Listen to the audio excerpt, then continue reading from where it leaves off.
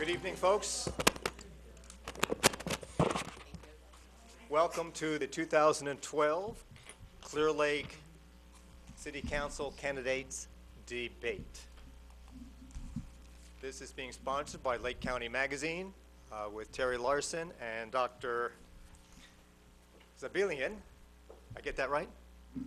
Cool. All right. Thank you very much. Before we start, I just want to thank all the volunteers who have helped us put this together.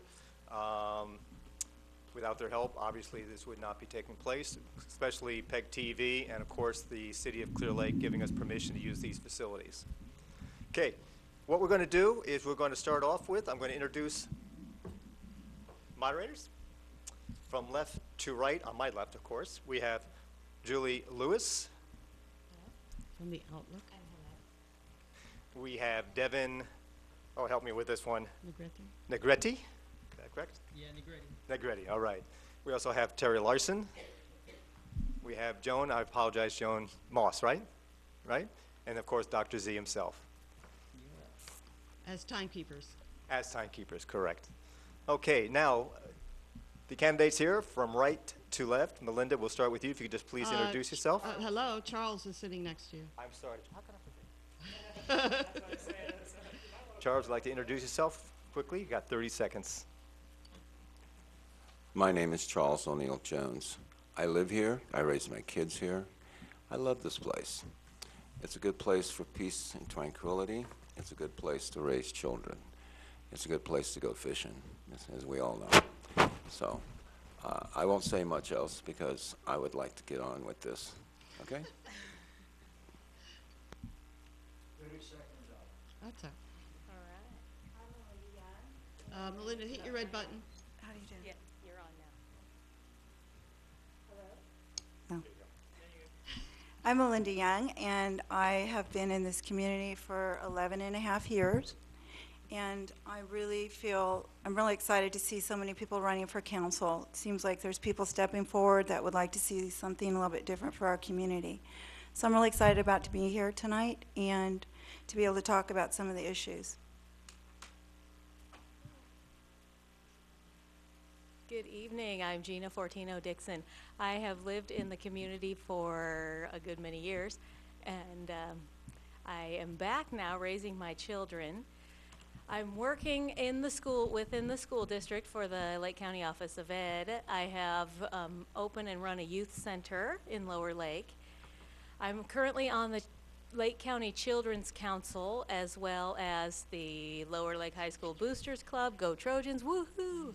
And many, many, many other activities. I feel that at this point I am perfectly positioned to make a difference for the city of Clear Lake and Lake County as a whole. Hi, my name is Joyce Overton. I currently sit on the City Council, and I have been for the past 8 years. I also am an office manager for Marvin Carpenter Insurance here in town. I've been there for almost 9 years. I see that, while I sat on City Council all this time, we are starting to move forward with some of the things that we have been working on for 8 years are starting to come forth, and I think that people will see a big difference in the city in the next 10 years. You're going to see that the city's going to grow and be amazing with our infrastructure that we're starting to do. And I'm also impressed with as many people that are running, and I think we have, guys are going to have a good, hard choice of who to pick for your City Council, but I'm very impressed, and it takes a lot of guts to do this, and it's a lot of hard work. So thank you. Hi, I'm Bunny Carter. I have decided to run for City Council because I want to see changes in our community and be part of the changes. I believe in Clear Lake and will listen to the people of the community. Thank you.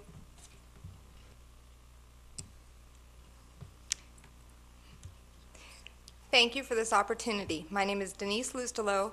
I have lived in Clear Lake for 32 years, third generation here though. So I run a small business, Enterprise Towing and Automotive, with my husband Pete.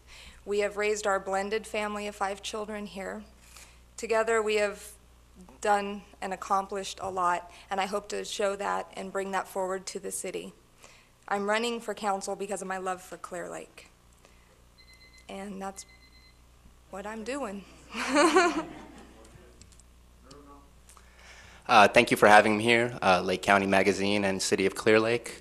My name is Bruno Sabatier. I am running for City Council in the City of Clear Lake because I believe that I can offer opportunities that I feel that Clear Lake has already offered to me, and I want to give back.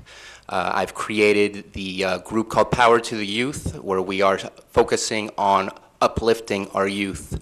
And I've expanded to create a new basketball program that ran at Burns Valley Elementary School, and plan on expanding some more. I am also a member of Lake Community Pride Foundation, which also focuses on our youth.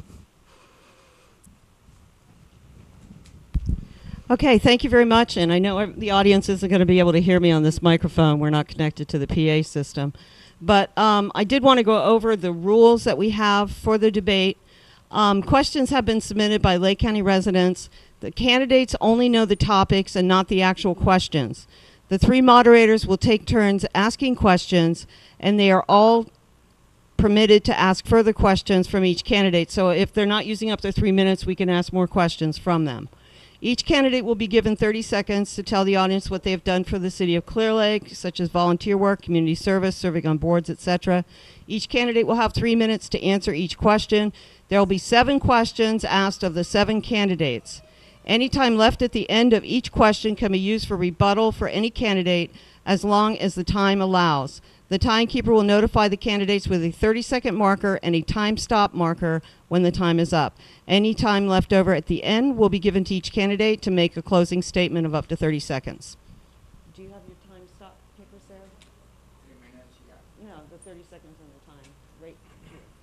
You need to show these to them when they're going instead of shouting it out. One says 30 seconds, one says time. Okay. And that being said, I'd like to go ahead and start with the first question. And the subject, the topic for the first question is Clear Lake, the lake itself. What is your position on cleaning the lake, and how is the lake pollution tied to our economy? We'd like to start out with Bruno first and then work our way across.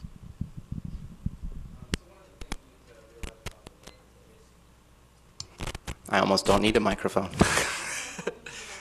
One of the things we need to realize is the history of the lake. The algae issue that we're continually seeing is something that has been here since the 1800s. There's a Livingston, a biologist that came here in the 1870s, mentioned that in August it gets as green as as possible, and it looks absolutely dirty, and it's amazing that it's amazing. Is that better?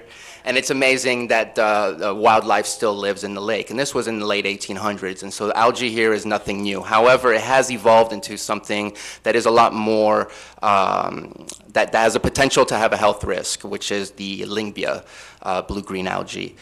I think it's important that we get rid of it because this Lyngbya is what is making the mat rot on top of the water, and that is this disgusting smell that we smell from time to time. We have tourists that come through, they see the matting, it doesn't look very appealing, it doesn't smell appealing, so yes, it is definitely hurting our economy. Right now, I know we have the county that's looking at raising a half-cent, or a half-cent tax for, I believe it's Measure E, and they're looking into solving some of the problems. I'm not sure exactly where I stand on that. They've already spent $1.3 million, I believe, in trying to take care of the algae problem, and we're not figuring it out. So it's a very difficult issue that we need to tackle, and I would like to see the cities around the lake work together to try to tackle the issue rather than just leaving it to the county or leaving it to one city to try to take care of it. In all reality, the lake is in the better condition than it's ever been. It's clearer than it's ever been. It's kind of hard to understand that when you're looking at the algae because it looks the complete opposite. But when you get rid of the algae and you get rid of the weeds, it's actually clearer. And as it gets clearer, unfortunately, what seems to be a good thing turns out to compact the problem even more because then you have the weeds that start to grow. I believe that taking care of the lake is definitely a priority. Any business that is on Lakeshore Drive or anything close to the shore is affected by this. And it is something that we need to save the local businesses around here. We can't have them being run away because of us not being able to take care of our lake. We need to look deeper. We need to open up and go outside of the box in ways to figure out how to save the lake. And I have to hand it to the county. They have been trying to go outside of the box. Unfortunately, they have not solved the problem, and they have not found the ways to solve the problem.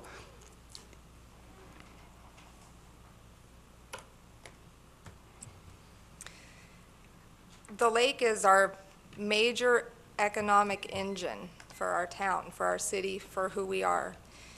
It's a much bigger issue than just the city can handle. We can't do it alone. We need help. It is in the county's jurisdiction. So saying that, we need to work together with them to try to solve this issue. And working together will move everyone forward. So my long-term history here gives me the background and the foundation, which is vital when it comes to working together with the other entities, as in the county, and the other legislatures that will be involved. The algae, well, it is here and it's always been here. Even as a child, I remember getting out of the lake and I was green. It just happened. You always knew what color of bathing suit to buy, and it was not white. So there isn't any entity, like I said, that can do it on their own. We're going to have to work together because we share this lake. We need to share this issue and come to a solution together. This will take some time, but when I'm elected, I will be working closely with the powers to be to get it done. Measure E is the first step. That's that. There's nothing else to it. We just need to work cooperatively together.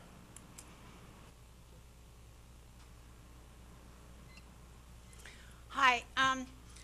The lake problem is a real big problem. I've been here for 25 years. I grew up here. Yes, the algae is a problem, but the cyanobacteria that is coming into the lake and the phosphorus that is being drawn into the lake from all the creeks is causing all the bacteria on the top of the lake. I live over in Manatee Cove, and literally I had to shut my house down for 2 months because I can't stand the smell.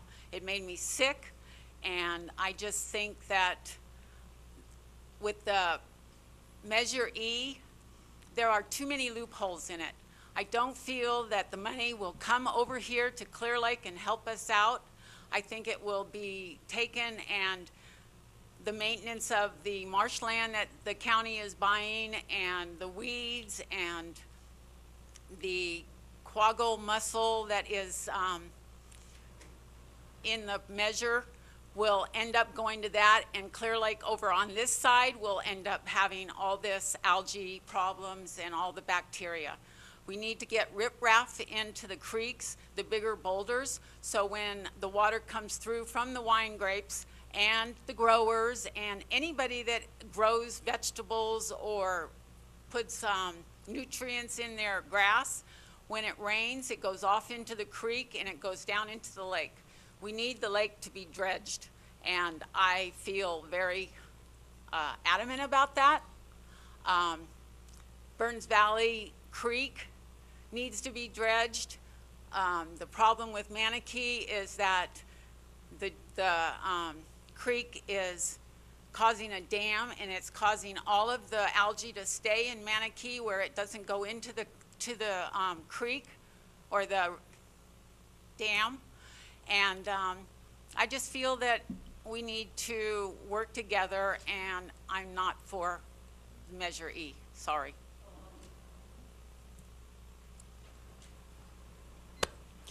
Well, this lake issue's been a big issue with me, and I've worked with the Stormwater Committee and the county, and one of the things is the county's been really good about when I call them and say, hey, it's back up here really bad, let's educate these people, and they get an article in the paper very quickly. So I'm happy that we can get some education out. I think most everybody knows that I've had our community town hall meetings on the algae, trying to get the county to pay attention, which they did. It worked. The county's really worked hard at trying to do something. Unfortunately, the things that they're doing are not going to work. You know, the main thing is, and I'm not saying dredge the whole lake, but I do feel that along our coastal lines need to be dredged because you need that undertow to take the, you know, the water back out and create the current. That's essential with, this lake is natural. It's the largest natural lake in the state of California. You guys must realize that. And it is a very healthy lake. Bruno's right on that. And what creates the algae is when summertime comes, it's very clear, the sun hits the bottom, and it creates that growth of the weeds and the algae. The cyanobacteria has always been our problem. We've always had algae, but we have a different type of algae. There's been some of that blue-green, is what most people call it because it's referred to that, or Lynchbia or cyanobacteria. You know, this can be dangerous. It causes breathing problems. You know, I feel that this is a health issue. It's not just a tourist issue, which is definitely a tourist issue. It's really created some problems, but I really feel it's more of a health issue. And I do believe that there's grants out there if they would just get on it and really start looking for grants on the health issue-wise. I think they're scared to do that because they're scared that the state might come in because the state does have the power. I don't know, most of you people know that the water actually belongs to the state. The ground belongs to the county, and the county oversees the water. But the state can come in at any time and basically do what they'd like to do.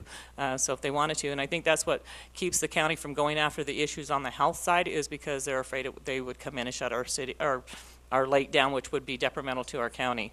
I personally don't believe that that would happen because we just need some help, and the county needs to start fighting for the state and federal government to help come in because the cities don't have the money, the people don't have the money, and this tax is wonderful. I mean, it might bring in some, but I still don't think that the process, we have some specialists that have tried to come on board, but yet they're not listening to them. So I think they need to get with the specialists and see what they're doing has been wrong.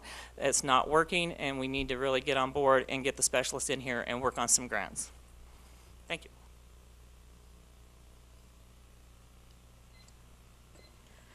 I think that Clear Lake is the lifeblood of our city. We wouldn't have our name. We wouldn't be Clear Lake if it weren't for Clear Lake. So we particularly, as a city, have a need to oversee the health and the well-being of our lake. That's one of the reasons we all love to live here. It's like being on vacation every day. I can remember a time when I would get off work and my family would already be on the lake, and I would drive directly to the boat launch and they would come pick me up, and we would just immediately, I mean, it was like being on vacation every day after work. So it really is an important part of the culture of Clear Lake and of Lake County. That being said, I really think it's going to take a collaborative effort in order to address the health of the lake and to really understand the problem. We need to have everyone on board before we can have a sustainable resolution here. We need to have the state involved. We need to have all of the cities around the lake, the county involved, Yuba, who has the dam rights, who can determine when water comes and goes out of the lake. All of those people need to be at the table so that when we finally decide what's the right thing to do to address all of the things that all the other candidates have been talking about, we can actually implement and move forward with a solution. I think we've been feeding the lake, and a lot of the bacteria has been being fed by things like runoff, by sewage spills.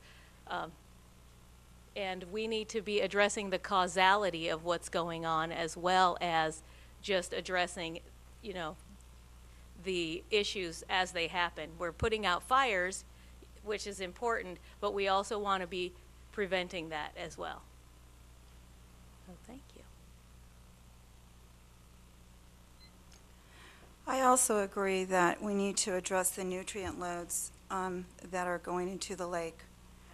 Clear Lake has been added to a federal list of impaired bodies of water, first for mercury and then for algae. And in 1973, the Senate Bill 136 conclusion that the County of Lake is the responsible lead agency for management of Clear Lake and the surrounding watershed. And it also, but we need to help them. We need to get on board and have representation on different committees, and a very viable one is the Clear Lake Lake Advisory Committee. We have one representative from Clear Lake, and I believe that is pretty much the only group that I know of right now that is focusing entirely on this lake issue. And it's one of my top priorities. I think it's something we need to look at. It is our drinking water, and it is our, it's just when you drive down Lake Shore, you're smelling something that is, people aren't going to come to our city the way that's happening right now. And in 1994, UC scientist and technologist titled Causes and Control of Algae Blooms in Clear Lake. They have recommended several practical steps to begin cleaning up Clear Lake. So they have the federal agency each has a particular responsibility to do certain portions of this cleanup. The county, the cities, Caltrans were allocated a percentage of this. I think we need to refer back to that publication and see where we stand with that, if anything's been done on this and what's happening. Again, the Clear Lake Advisory Committee has come up with some good findings and recommendations, and they are on the verge of being eliminated. I think that they have what right now they're doing over in Big Valley is they're aerating their lake area. And what it does is it prevents the algae blooms from growing. And then the water is clear, so then they have a greater problem with weeds, so they have a plucker or a puller, a skim puller, I think it's called. And you come and you actually pull those weeds, and then you put it in a green waste pile and use it as fertilizer without chemicals, and their area is clear. So I think they're using the harvesting right now, and I don't think it's working over here at all. Anyway, so I'm not even going to get into Measure E, but that's just kind of what I'm feeling, that we need to really focus on that. And I would like to see the city of Clear Lake see this as a top priority.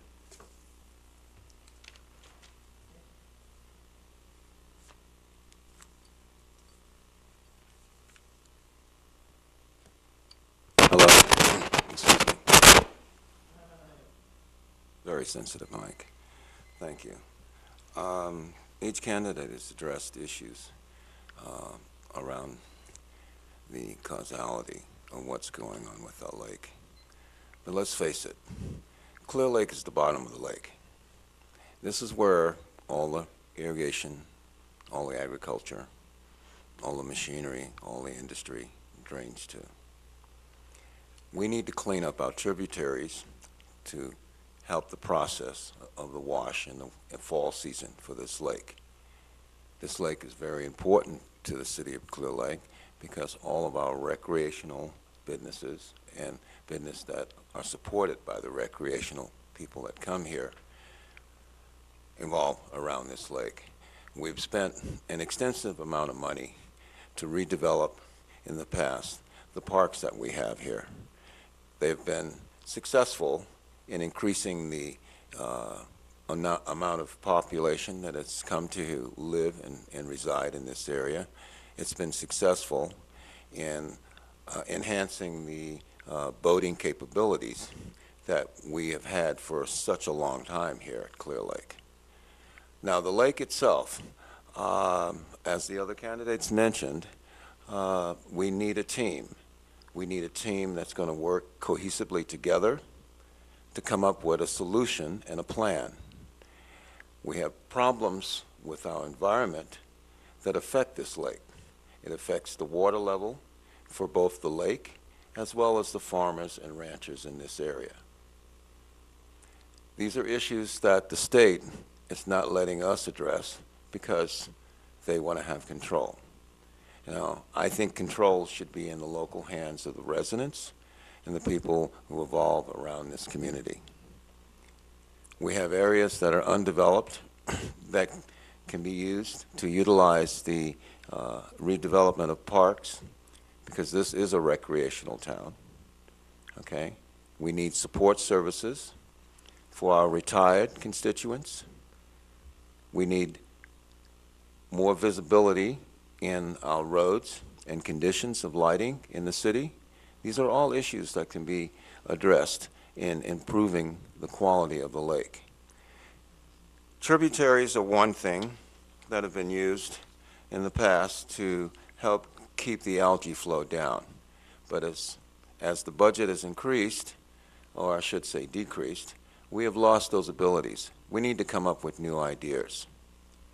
Let's make Clear Lake the light at the top of the Bay Area, not the smelly spot.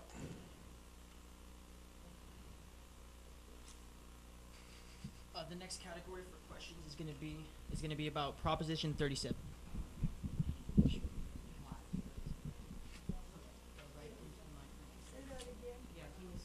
The category for the question is Proposition 37. How do each of you feel about Proposition 37, which is the proposition that would label genetically modified organisms within our food? How do you feel about this proposition, and why do you support it, or why don't you support it? Charles, we'll start with you. Genetically engineered food. Well, I guess next we'll be watching Marvel comic books. I'm not in favor of genetically engineered food for any reason. The earth was given us to grow our own food. If we control and manage our environment, we should do well enough. I am not in favor of it. Thank you. I am in support of requiring labeling on raw or processed food if the food is changed with genetic materials. I believe we should be informed of what we are ingesting in our bodies. There is a long list of major food companies that are paying a lot to stop this from happening.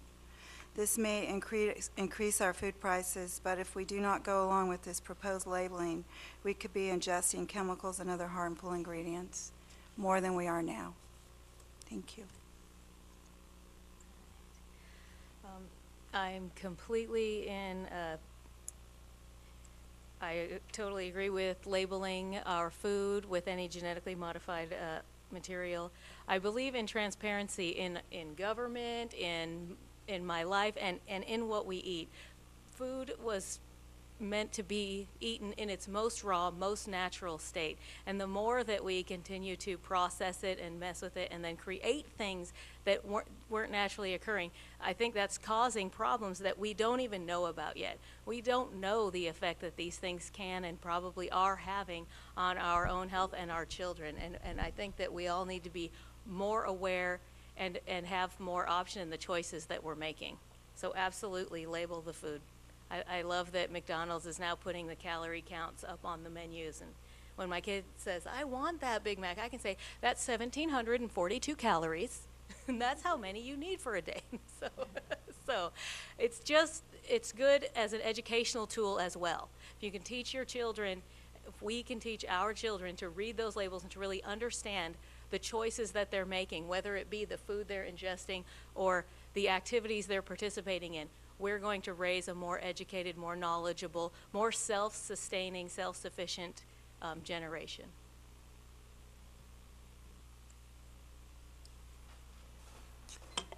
Well, I believe we all like to know what we're eating, and I think that's been a major problem throughout the years. As we all know, it all starts with our younger generation. We need to teach them, you know, just as we probably, some of us that are older, used to yell at our parents for throwing things out the window, and at that time it was our age that was saying, don't litter, keep your earth clean. Well, guess what? We want our food to be clean. We want our children to grow up eating correctly, eating things that are not processed through this huge processing of chemicals that we have no idea what are going into them. You know, I feel that, you know, we need to teach these kids. Our generation is probably already, you know, have ingested a lot of this stuff that we don't know, as been stated, that, you know, things, it takes 10, 20 years before they start doing the research on the effects of what they've put in our food. You know, natural is always better, the most natural we can, but I do believe that I have the right and the community has the right to know if there's been alterations in the food, and so I believe that this would be a very good thing. It shouldn't raise our prices, because all it is a few little things extra on the label that they can type in as they're typing the label. It should not raise our food at all, and I definitely will support this.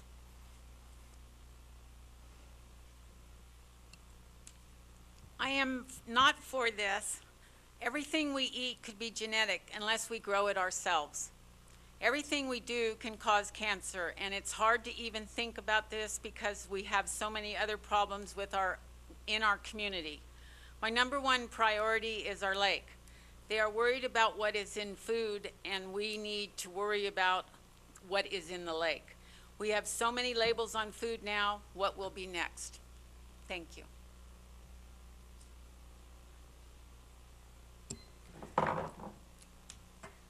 I am for this proposition because the food we eat today is not the food we ate as children.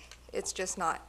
It's been modified genetically in lots of other ways, processed and everything else, long before it reaches our stores, our hands, or our mouths. So I definitely think, just like it's our choice to choose what we eat, it's our choice to know what's been done with it and what is in it. So I do support this 100%.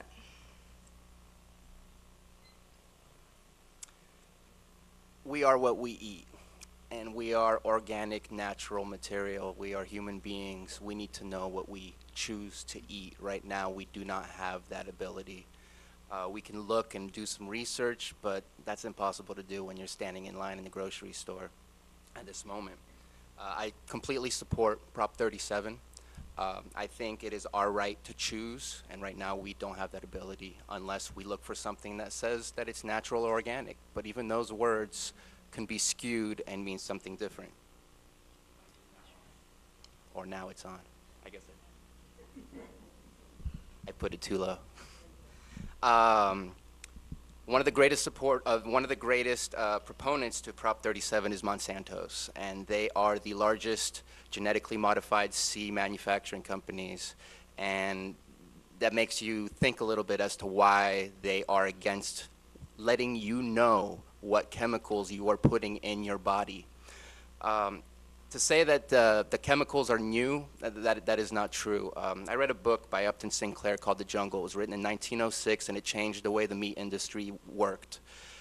In 1906, you already didn't know what you were eating, that chemicals were already used in our food. We have the highest rates of diabetes, of cancer, and other heart disease.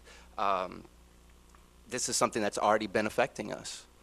This is nothing new. This is something we are finally going to get the right to vote on, to say, I want to know.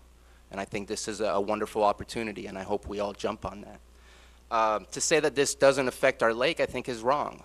Are we growing organic food around our lake? The watershed all comes back into our lake.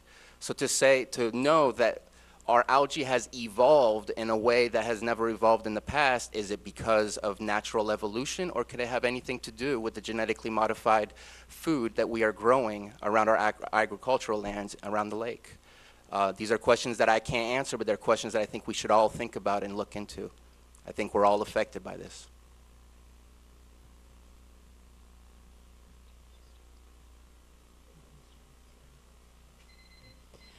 All right. I know some of you have already addressed the Measure E issue a little bit, but we're going to go revisit it. And we'd like to know, do you or don't you support Measure E, the sales tax for the lake? And if so, why? And if not, why not? Bruno, if you'd like to start. So, like I said earlier, Measure E is something that I'm not 100% sure if I want to support or not, and some of the other candidates have actually explained some of my reasons for not being sure. We don't know exactly where the money's going to go, as far as, are we going to get help here in Clear Lake, or is there going to be more help in Lakeport? Right now, it's all in one big bucket. 88% of the approximately $2.4 million they plan on raising because of the added tax will go to quagga mussels, weeds, and algae. I asked for a breakdown. I spoke with Tony Farrington, Supervisor Farrington. There is no breakdown. It's up to discretion. Now, I understand the reason for the need for discretion. If you get rid of the algae, you get more weeds, so you have to be able to move the money around to take care of the issues we're dealing with, but at the same time, it doesn't describe to me a foolproof plan of what I would like to see for the benefit of not just Clear Lake as a city, but as a county itself. Are we all going to benefit from this? And that I can't say from what I've been reading and from what I understand. I know that the Measure E does create jobs, not a large amount, maybe up to 30 to 50 jobs. They plan on putting in checkpoints on the 4 main tributaries to the lake, and checking all boats and hopefully being able to stop quagga mussels from coming in. And while quagga mussels, if you've seen the example in the front of City Hall for the pipe that is completely filled with mussels, it obviously can cause a problem. Our drinking water comes from the lake. We don't want to have to stop the water flow into our houses for us to take showers, drink water, cook food. We don't want the state to take control of our lake and quarantine it, because our lake goes into Cache Creek, which goes into Sacramento River, which goes into the bay, which means we have potential to impact the entire state if we have quagga mussels.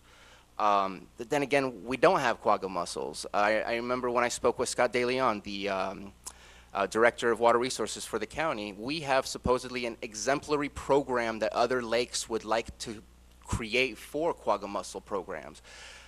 So I'm not exactly sure how much more money they're looking for to make it even better program.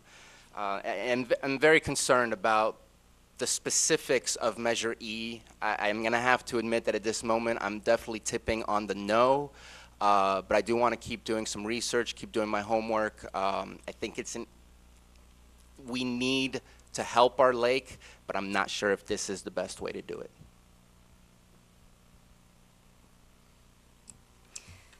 Well, it kind of goes back to we lived in a shared community, okay? So, and we all want the most bang for our buck, so to speak.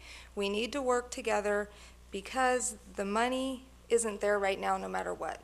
So Measure E is a way of at least getting the revenue. If it helps part of the lake one time, us one time, another one time, wherever it may go, it is a way to have the revenue to fight this in some way, shape, or form. Now, working again with the county, because the lake is in their jurisdiction, Measure E is more for them a little bit, I believe. So as long as it would be implemented like Measure G seems to look like it's going to be implemented, then I would lean to support it better. And as long as there's going to be an oversight committee, hey, I'd love to sit on that on behalf of Clear Lake to make sure things get implemented properly. So at this point, it's kind of hard to be firm either way, I agree, but we're going to have to make a decision soon. So the research is out there, the things are out there to learn about it. We need to get to the bottom of it. And if it is going to be implemented the way G is going to be implemented, then I would vote for it. But if it's not, I would not. Thank you. You know what I feel about Measure E. I'm not supporting it. There's too many loopholes, and because of it being for the mussels and the algae, nowhere does it state that they will come over here and help us over in Clear Lake. I truly believe that dredging will help it. I truly believe that the riprap in the creeks will help. When we flooded years ago, they took all the rocks out of the creek because of the washers and the shopping baskets that were in the creek, and it held all the water back. So when they cleaned it out, they took all the big rocks out. This is when we got the wineries in, and 5 years ago, and this is when we started having the problems. The water is seeping down into the creeks, going into the lake, and I just don't feel that Measure E is going to clean it up. I wish that they would figure out a boat that was like a bulldozer that could just shove the top of the algae and the thick stuff into our beaches and let it dry and then get rid of it. Not to break it up with an airboat that causes it to go up into the air, go into everybody's lungs. And I literally, when I had, in July, when it started, I had people coming over from Nice to go miniature golfing. They literally got out of their cars and their vans and got back in and came in and told me they were sorry, they weren't staying here. I want someone to figure out, I mean, I've done my homework. I've gone and noticed that Washington has 2 lakes up there that has the same problems. They put the big boulders in the creek, and now it's clearing up. North Carolina has the same problems, and you can go online and see this. And they have done the same thing. They have put the big rocks into the creeks, and it is taking the phosphorus and the nutrients and everything that's coming out of these growing, the wineries and the growers and everybody, and it's filtering it down to the lake, and it's cleaning their lakes up. So I think that we can do it on our own, and Measure E, I just don't think it's going to work. Thank you. Well, being as I sit on city council at this time, basically I voted to bring this to the people. So I can tell you the pros and cons. That's all I can do. I can't tell you whether I'm voting for it or not. Pros, it'll bring money, of course, into our community, into our county.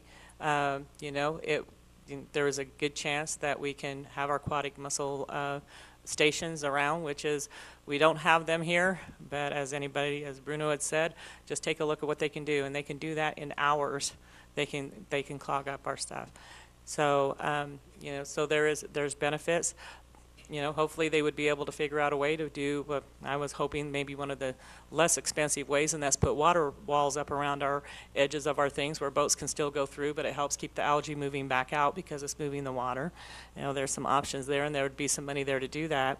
I think that cleaning up our creeks and putting in nice filter systems with rockage is an excellent idea. That's something that, we all know that's a natural way to purify our water. The cons on this is who's controlling the money. That's what you got to look at. Do you trust the people that are going to be in control of this money? So that's the con of it, is the trust. So I would have liked to seen it labeled a little differently, but this is what was brought to us, and this is what is being brought to our community. So those are the things that you need to think about on the cons and the pros. To me, there's only one con. There's lots of pros to this.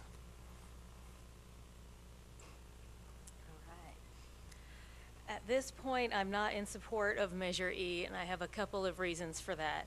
I don't think that we are ready as a county to start to bring in funding because we don't know what to do with that funding. We don't know what will be the most successful program to eradicate the issues that we have. We have done a really good job of staving off the quagga mussels in our lake, and largely because of the communication from and to the people, because everyone is aware that this is a problem, knows how this problem comes into a lake. That is why I believe we have been successful in keeping it out of our lake. And we need to get all of our communities and all of our people on board with whatever we decide as a whole is going to be the best method. We do not know yet what to do with the money, and I don't think that it would be egregious of us to collect money to haphazardly try this and try that and try that. I think we need to know exactly what we're going to do with the money and know that it's pretty likely going to be successful. The other reason that I am not in support of Measure E is because it is directly in competition with Measure G, which is going to directly benefit our city, the city of Clear Lake. And right now, in an economic downturn that we're in, people are really careful about how they're spending their money. And if we try to implement 2 sales tax increases at the same time, we in Clear Lake will have the largest and the highest sales tax percentage in the entire county, comparable to places like San Francisco.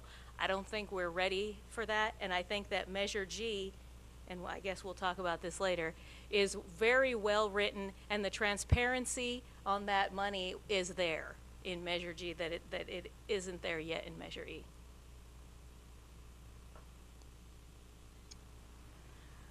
I went to the Lake Advisory Committee, and I just happened to be there when the draft expenditure plan was explained. And there are so many loopholes, there's so many variables in the wording. I think it needs to go back and to have this redrafted. I think it's premature and bring it before the people. I'm just going to read what I wrote because there's a lot of information and I want to make sure I get it all out. I only have 3 minutes. So 88% will go towards the invasive species, aquatic weeds, and algae, but only 9% of that will actually go towards the algae issues. 80% will go to the mussels. Of those funds, including buildings, they want to construct new buildings, and this is going to be very expensive. They were talking about, the committee was talking about perhaps using a screening process where you can actually take a picture of the boat license at the screening points and make sure they go to the stations and have a way of tracking them without constructing these elaborate buildings. And then also what they're planning to do until those sites are constructed, those checkpoints, they're planning to use boat launch gate controls installed. They're very expensive, and they're assuming that the actual infrastructure for these improvements would be from grants. You can't assume that, and that is putting money, and that is $1,231,636 just for manpower to man these gate controls. And what it would do, I think that's only 5 days a week. This is not even sufficient. This is not even going to go for what we really need to have it, you know, for what we need over here. I did talk to you about what they're doing over at Big Valley, and that's a temporary thing, but if they were to look at the nutrient load coming in and address the whole specific issue of the lake, not just narrowing in on trying to do half measures. I believe that the wording is, they use the word potential use of funds. It means they can really use the funds in any way that they wish. I think this measure is premature, like I said. If this was an effective plan, the nutrient load would be addressed. It is not even mentioned. Half measures do not solve all problems. This is probably the single most important issue that we are dealing with. And in my opinion, this is an important aspect, and the drinking aspect of actually having the water tested is the least amount funded in this Measure E. And it's really the health department should be doing that. I have a lot to say about it.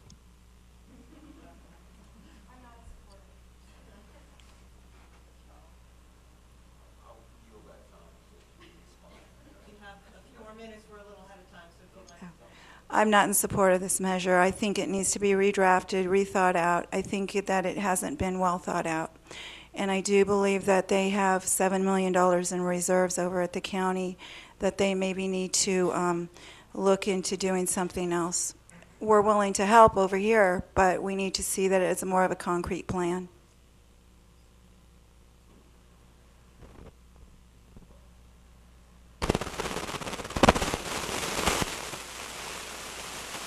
It's magic, folks. Okay. You know, everybody's had a lot of controversy about this Measure E.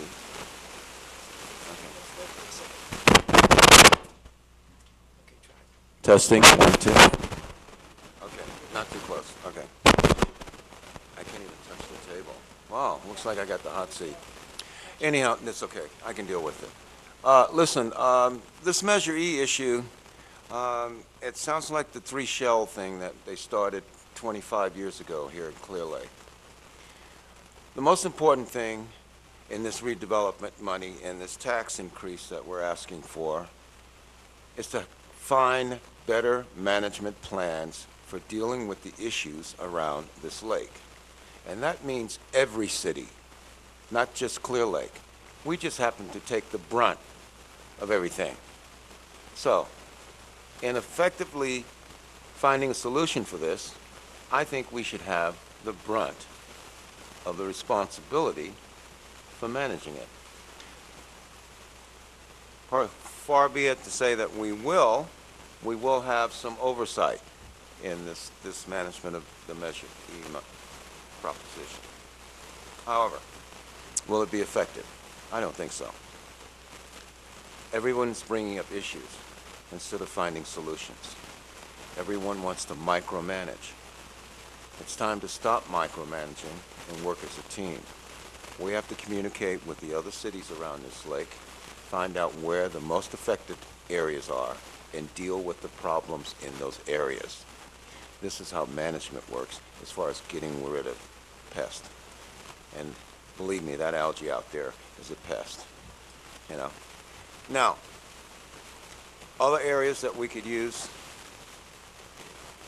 and designate funds to would be helping the senior and handicapped citizens gain more accessibility to the lake for their enjoyment.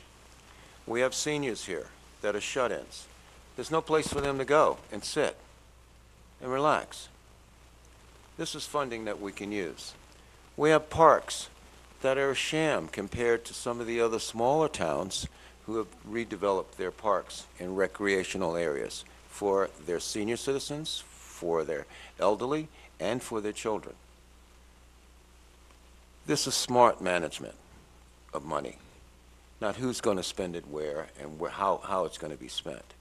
If we have good management at the county level, then it should flow in a moderate level to each affected area. And this is what we should be looking at, the overall development. We can sit here for 10 years and talk about who's going to spend what and where it's going to go. I've heard this movie before. I am in support of Measure E. Yes.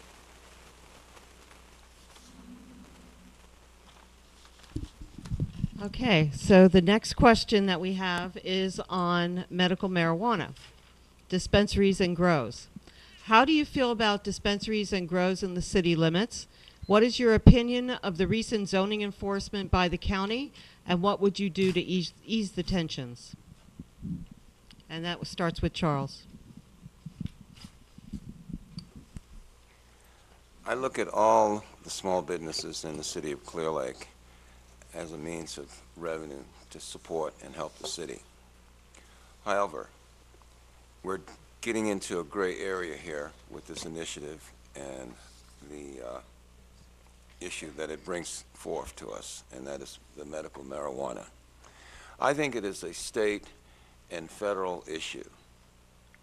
If it is mandated by our county supervisors in a vote that we have to enforce certain laws that are mandated to us through the state and through the federal government, then we adhere to them, whether it's good or bad. I'm sorry.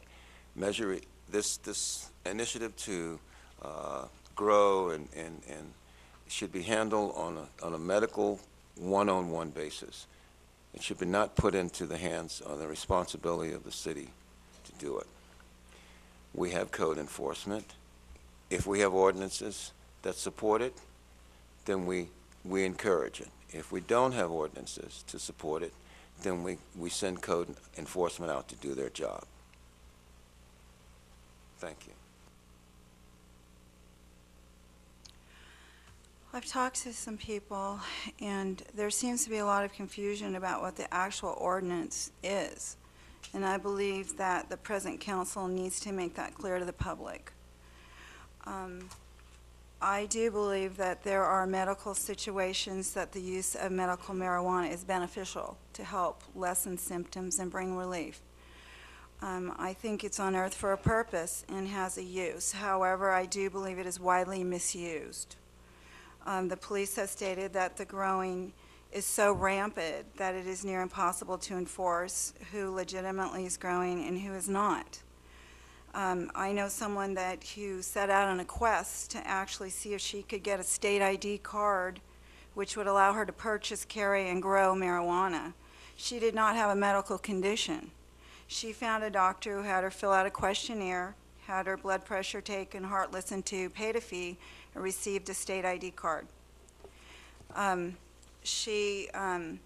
Anyway, I would like to have, for one, to have a prescription, a referral, or a card who needs to have, I think there needs to be documented medical history before someone can legitimately get a referral, a prescription, or a state ID card. I do think there needs to be stricter regulations, tighter enforcement are needed in my opinion. And we also need to protect the younger generation, and in my experience, marijuana can be a gateway drug for some. And I think that we need to be aware that it's flowing rampantly in our city. And I think that we have 3 right now, dispensaries, and just like when Lowe's wanted to come in and there were people that were opposed to it because we already had 2 hardware stores.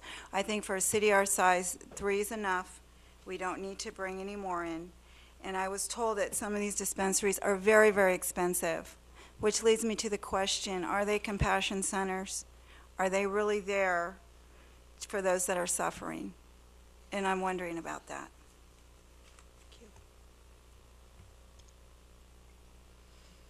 Okay, well, I believe the voters of California have spoken. This is what they tell us that we as a state want, so we need to implement this. That being said, we were given by the state a barely usable document. We in the city of Clear Lake, there's a lot of contention now between the federal government and federal laws and now this new state law.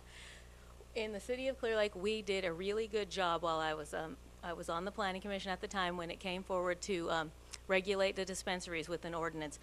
We have done a very effective job with dispensaries. It's been more than a year now, and they're functioning very well. We started with baby steps, and we've been able to sustain that even better than what the county's been able to do with their ordinances. I think that we need to do that very same thing with the growing of medical marijuana. And I think that we can effectively do that the same as we did with the dispensaries by bringing in and getting lots of input and feedback from the community. We have to do this in a safe, manageable way for everyone, those who need medical marijuana and those who do not. And we need to find a way that the city can capitalize on tax revenue from these undertakings. I totally agree that doctors need to be held accountable for who is receiving this and who isn't. And by doing that, then it will give more of a level of, what am I trying to say? More of a level of really legitimacy, credibility to the issue and to the need for medical marijuana to be a pharmaceutical drug. We need to do all of this before Philip Morris steps in, takes it over, packages it up into cigarettes of 10, and sells them and undercuts everyone else in the anyways, thank you very much.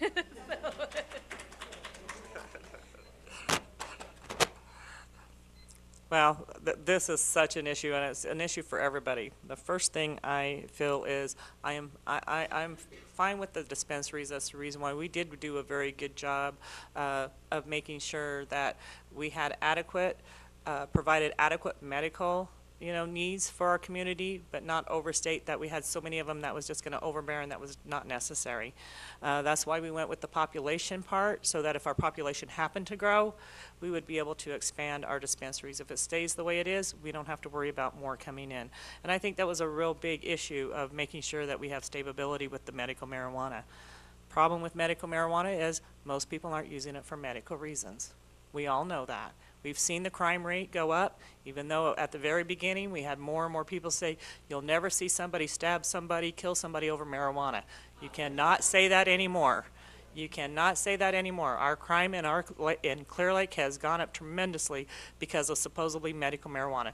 It is not medical use anymore. It is being used for recreational use. How many plants can you grow and how much money can you make? We all know that. We're not stupid. I believe that if a doctor wants to put his name on a prescription, I will listen to that prescription, and I will feel free to have anybody that can fill that prescription fill it. A referral does not make a doctor responsible.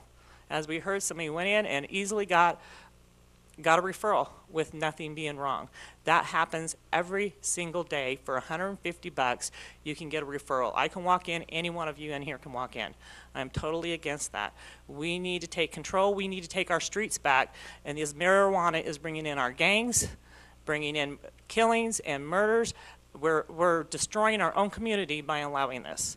I am for the dispensaries. I am definitely for the medical part. I've seen it work for people. Don't get me wrong. I am all for medical marijuana. I am not for what we have here in Clear Lake any longer.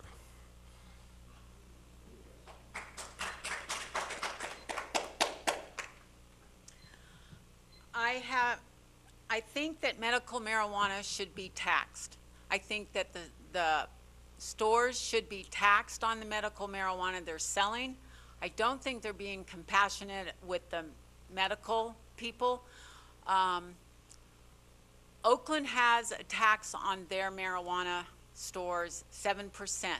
7% would do a lot for this city. We wouldn't have to ask our people to vote on this Measure E or Measure G. They would get the money from the marijuana stores. I think that the growers should be licensed. If they are licensed and organized where they grow outside of the city and they sell to the stores only if they're licensed, then I think that the growing would stop. People are growing plants to sell to the stores. They're making tax-free money. They're not paying the taxes. Some of them are on disability. They're getting cash-free money. And they're not, and that's why everybody is going out trying to rip everybody off. I feel that if you tax this and they do an ordinance for this, then I think this city will flourish. The 3 stores that are open should be taxed. I don't believe they're nonprofit. I just feel that the tax would be a helpful thing to stop the crime and the growing of every household. I also think that 1 license should be per household instead of somebody having 8 licenses and growing 40 plants in the back or 30 plants. If they just did 1 per household, then I think it would stop. I think 3 plants per year is enough for somebody that needs it for medical reasons. I think if they grow over 3 plants, then they're selling it to the stores and profiting from that and smoking the other 3. Thank you. So this has probably been the most hottest topic so far this year, I think. Simple. I support the medicinal use for the people who legitimately need it. I do not support the abuse that is happening in our city, and it's happening everywhere. My main concern is public safety, and that evolves completely around marijuana because public safety is hindered when you have this going on in your city. Our law enforcement is already stretched. We can't put any more on them to try to enforce these code enforcement issues because they have enough on their plate with the crime that has been brought in from this. I feel that the grows should be outside the city limits so that they do not infringe on your neighbors in your community that are close to you, such as in a 50 by 100 lot. Or if you're right next door to somebody, I think what is allowed right now is way, way too much for personal use. I said this at the last talk, and I've never used it for medicinal use. I don't know how much you need for medicinal use. It depends on your health issues, I'm presuming. But the thing is, what's going on here is not only bringing crime to our city, it's bringing this type of atmosphere to our city, and then they're coming here, they're growing it, and they're shipping it out of here. It's not even staying here, okay? Even if it was taxed, it's not staying here. It's leaving the area via FedEx, UPS, all these other places. And so the tax wouldn't even help us because it's grown and gone. And so I do support the medicinal use. I believe the 3 dispensaries that we have are plenty for the amount of people that we have in our community, and that they should be able to fill their needs through those dispensaries sufficiently. Thank you.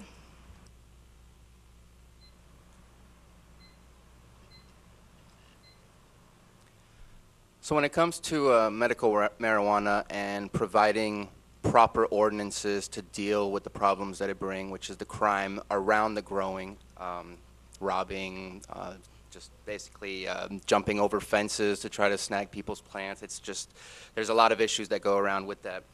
There's a problem. In Long Beach, I actually had a conversation this week with the Green Farmers of Lake County, and they brought this to light. That in Long Beach there was a court case, Kelly versus Long Beach, where the county can no longer say how many plants you can grow. the doctor is in charge. So we can make any ordinance we want, we can try to make laws all we want. Right now, the doctors are in charge, and that is a problem that we're going to be facing. So we can try to make all the laws we want, we're going to hit a barrier. I'm for the medicinal use of marijuana. I believe Prop 215 had a very good idea for those that are terminally ill, for them to be able to deal with their pain, to deal with their lack of sleep, to deal with their nausea, to be able to eat. There are a lot of good reasons why medicinal marijuana should be supported. However, there's another problem, and we've all been discussing this, and that's the issue of people growing it, not for the medicinal purpose, but for the massive profits that you can make. I don't think a law is going to change that. People like money. I think we need to walk away from trying to solve the problem of marijuana and solve the problem of jobs. If we provide people opportunities to make money in a more standard way, the typical way of making money, you go to a job or you make your own job, then you can make money without being afraid that you're going to go to jail, without being afraid that you're going to get shot and killed because you're growing. We're not offering this opportunity. Go to foreclosures and see how many people on their last-ditch effort were trying to grow marijuana in order to try to survive. We're in a dire situation here, and I don't think it's right that we are doing this, but people are trying to survive. And I don't think that is something that we should create laws to put them in jail for. I think we should work towards making them have more opportunities so they can make money in a legitimate way. There are 3 dispensaries currently, and I don't think without a professional, without an expert to know exactly what is needed for the community, I can't say whether or not that is a correct amount or not. But a business is a business. They need to have a business license, they need to pay their taxes, and I believe that the growers should be doing the exact same. Farmers have to have a license, and farmers have to pay taxes just as much as those that package the food and sell it to you in the grocery stores. We need to imitate that and make sure that they pay their share to give back to the community. It's not theirs to keep. The next question is about Measure G. Do you support or not support Measure G, which is the sales tax for roads in Clear Lake? And how would you prioritize the funding and improvements? Bruno, we'll start with you. Good thing my microphone was still on. Yeah. I fully support Measure G. Driving around these streets, not only to feel your tires jumping up and down and wondering if you've lost your shock somewhere around there, but also driving around the streets, you start to see some really bad code enforcement issues. And code enforcement issues have a lot of multiple reasons why they are a large concern. One, they're health hazards. I actually had stopped by a house over on Lupayoma and took a picture to show just how bad some of our code enforcement issues, whether it was a tower of garbage and basically a lean-to shack that was about to fall apart. Later that week, that house burned up. These are hazards. These are not helping us be safe. They're adding on to our burden for the firefighters, for the police, and also to the loss of property value to the neighbors around these properties that have code enforcement issues.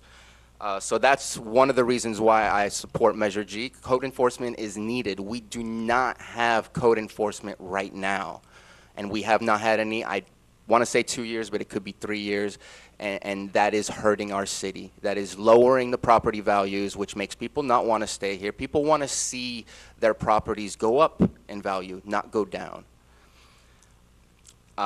As far as the roads goes, right now we're spending $40,000 a year on roads. That is ridiculously low.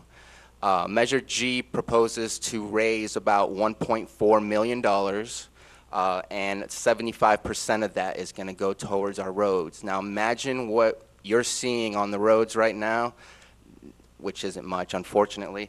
That is a huge difference between $40,000 and approximately $1 million. That is a humongous difference. Our roads are falling apart. They're on the verge of being to the point where we can't even repair them.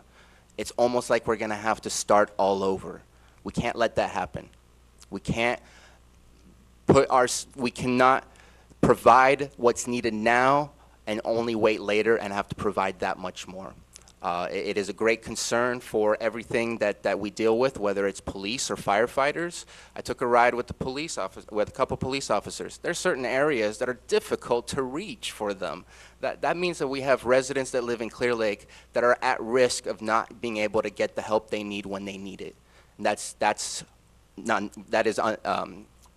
is uncalled for. We should not have that. We should ensure that all our citizens are provided for. Another reason that you should support it is we can start saving some money. You won't have to repair your car as much. You won't have issues from the bad streets that we have.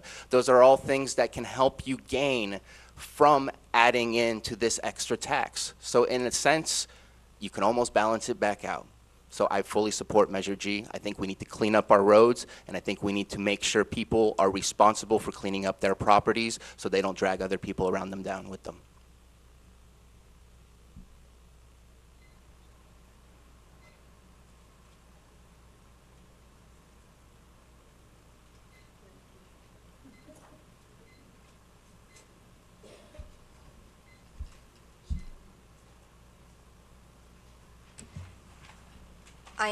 I am in support for this measure.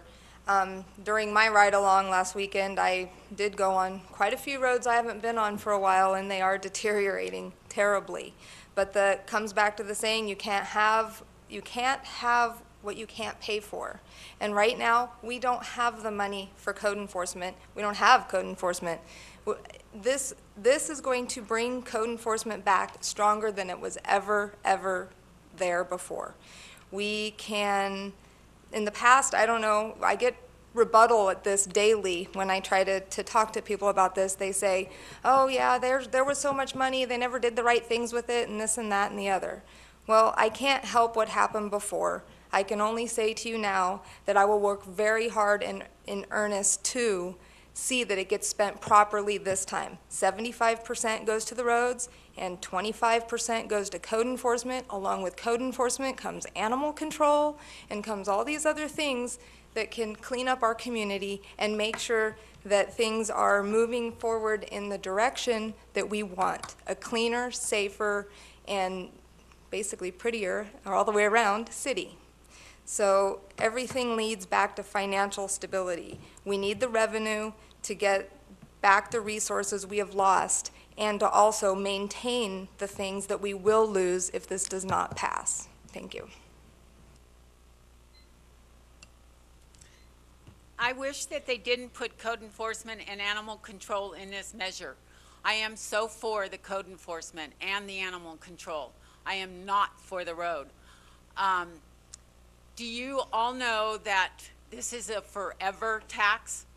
That it can go forever, and it is only on maintenance on the paved roads and grading of the dirt roads. We will never see the dirt roads being paved.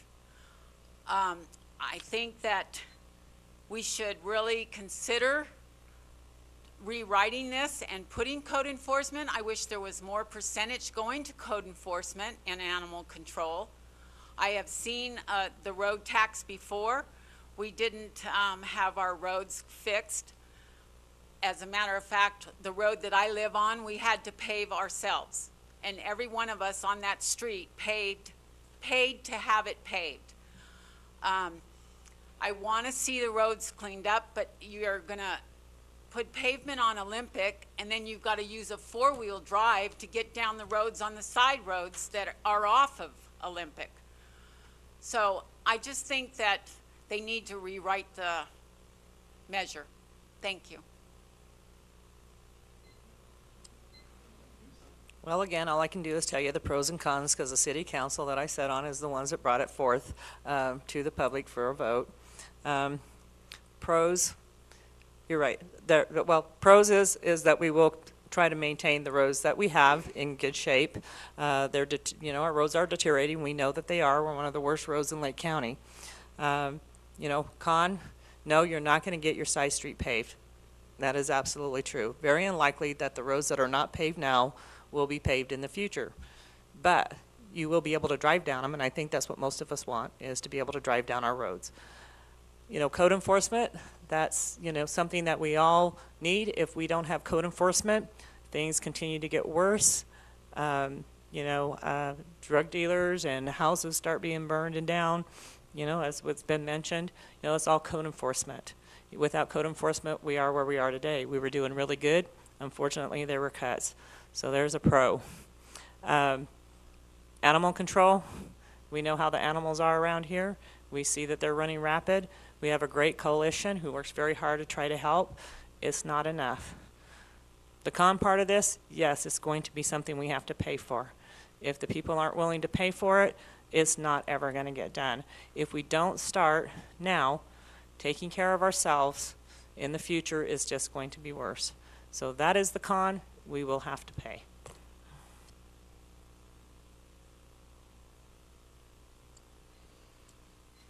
Measure G. It's about time.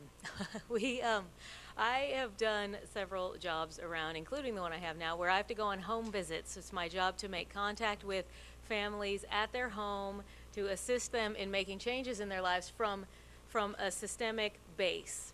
So I have had lots of problems and concerns going out down some streets of being able to get out and being able to get in, especially when it's rainy and wet and muddy. So we definitely need to address this issue. I believe that we in the city have done our prep work. We're ready and we're preparing as we speak to take in this funding and then utilize it to its maximum advantage. We're in the process of upgrading. We got a Safe Routes to Schools grant that is putting in sidewalks all around the park. Previously, the city had brought in a grant, and thanks to Bob Galusha, who had prepped and was prepared to ask for that grant in a way that made it so that we could win it. And we paved all of Lakeshore Drive down, and many of the arterial streets, even to the point where we came in under budget and could keep going out Country Club. So we have a really nice road here. That's terrific. If we don't maintain it, it was pointless to pave it. So we have a proven track record with our money management in regards to the streets. At this point, we're ready to go, and we're ready to spend that money appropriately. I think to prioritize it, we would need to start with the biggest safety issues immediately. Then move on to maintaining the streets that are good. If we don't maintain them, it was pointless to pave them. We have to stay on top of it, and it's much, much less expensive to maintain a road than to pave it. In the time when all of these roads were initially paved, we're talking about a time when asphalt and the product cost 25 cents a square foot. At this point, we are over $4 a square foot to buy asphalt. That's not counting the amount of money that it costs for the labor to put that in. So definitely we are limited in what we're going to be able to do with this money. And we need to be transparent with the public about that.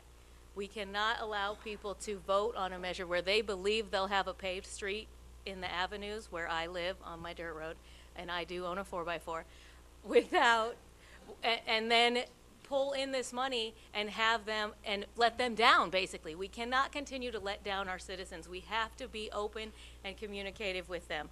Code enforcement. I hate hearing that we don't have code enforcement. Love you guys all. But we have codes, we need to enforce them. And whether or not this passes, we need to implement a plan for enforcing our codes, or our city will continue to deteriorate. The only way that we're going to change the paradigm or the view that people have of Clear Lake is if we start to change the view we have of Clear Lake, and then talk about that and present it in a positive way. We've got to get the community's involvement here. That's a good time to stop.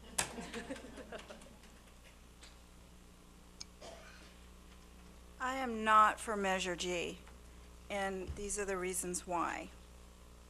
This is for maintaining our existing roadways, and I believe that the people are not going to go for this because we want to see our dirt roads paved, and I know that that has been something we've talked about forever. And first, let me discuss code enforcement. The volunteers in policing use city-owned and maintained vehicles. They could have the dual task of code enforcement added to their duties. We're talking about a city that has very low income, very low revenues. So we have to utilize what we have. One position would need to be added to city staff, a clerical position for paperwork and filings for those with code violations. The savings would be substantial. Now to roads. 49 miles of unpaved roads exist in the city of Clear Lake. According to the latest LAFCO report, and these are all facts, 21% of your property taxes go to the city. 1 cent of sales tax goes to your city. 3% of DMV fees go to your city. And federal tax is 3%. Why not take 1% out of one of those sources and place it in a special fund for this maintenance of the existing roads, because we need to pave those existing roads. We need to maintain them. But we must begin to budget and plan and get started on a road paving program by rewriting Measure G to benefit the citizens in our city. Even if we pave 20 roads a year, it would be a start on what needs to be done. Citywide, not just focusing on a narrow margin of need. This is what we seem to do an awful lot here. Measure G is continuing down the same road expecting different results. I am all in favor of maintaining these roads. However, I do not wish to overlook the other concerns about our roads. This needs to be rethought and redrafted. I am voting no. Thank you.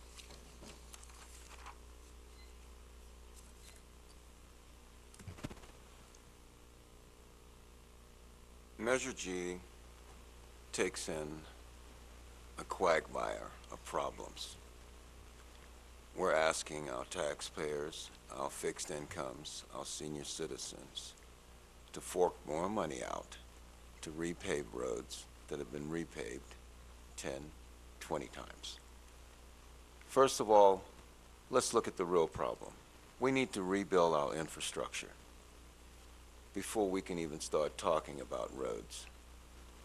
If we're going to repave any roads on Measure G, then let it be the secondary roads, the roads that show up on Google that are not really roads at all, the shortcuts across town that have become four-wheel drive heaven, the residential areas where the school buses have to stop and pick up your children.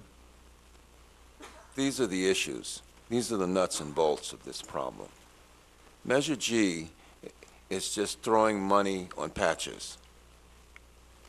This money has to be spent responsibly and fiscally wise in order to increase the image and lessen the stigmas that we have about our roads.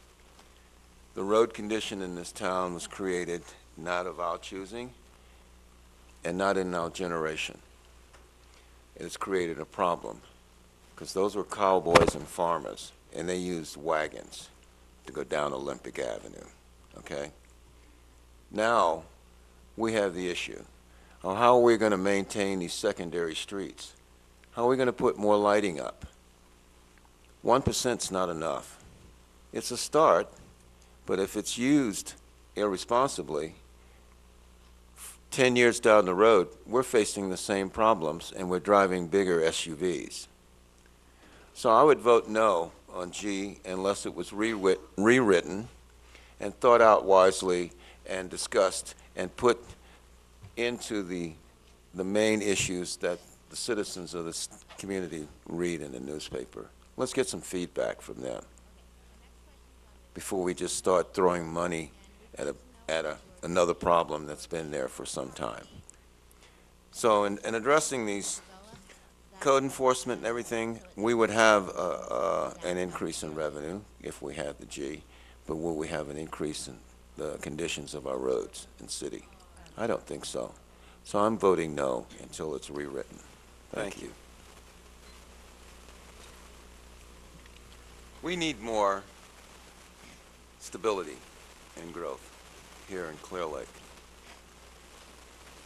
One of the major issues that stifled this town, I believe, for several years was the dismantling of our local airport. The property was sold off and opened as a entertainment and recreational center. It was a focal point from which we could send our kids in the summer. The vacationers could come up and spend their dollars and have a safe environment for their children. We've had a extraneous economic downturn in the country, in the state, and in our county. These businesses have dwindled away. This property is set for several years, unused and unutilized. In order for us to have and showcase our town, we need to bring back solid, stable entertainment, solid, stable environments for recreation for young adults. Because let's face it, it's going to be the young adults that live here and that want to come here if we're going to grow. We need businesses that will encourage this: entertainment, arts, music. We used to have a relatively large company in the lake area called Canocti. It has died.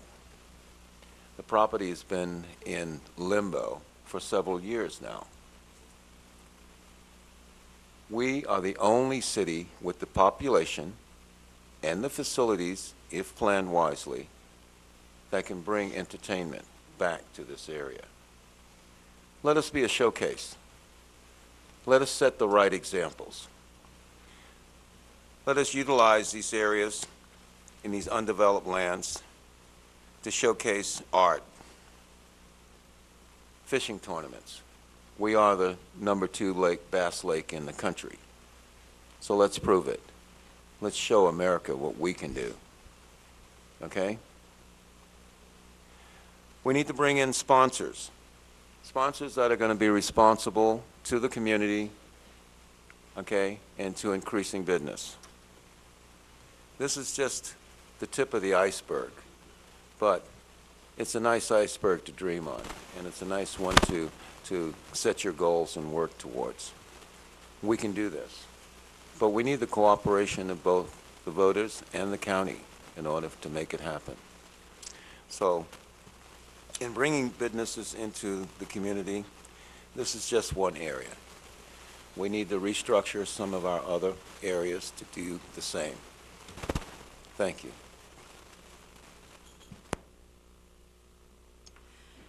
Our local economy, one of the ways I believe that we can promote or support our local economy is by putting in continuous curb, sidewalk, and gutter down Lakeshore Drive.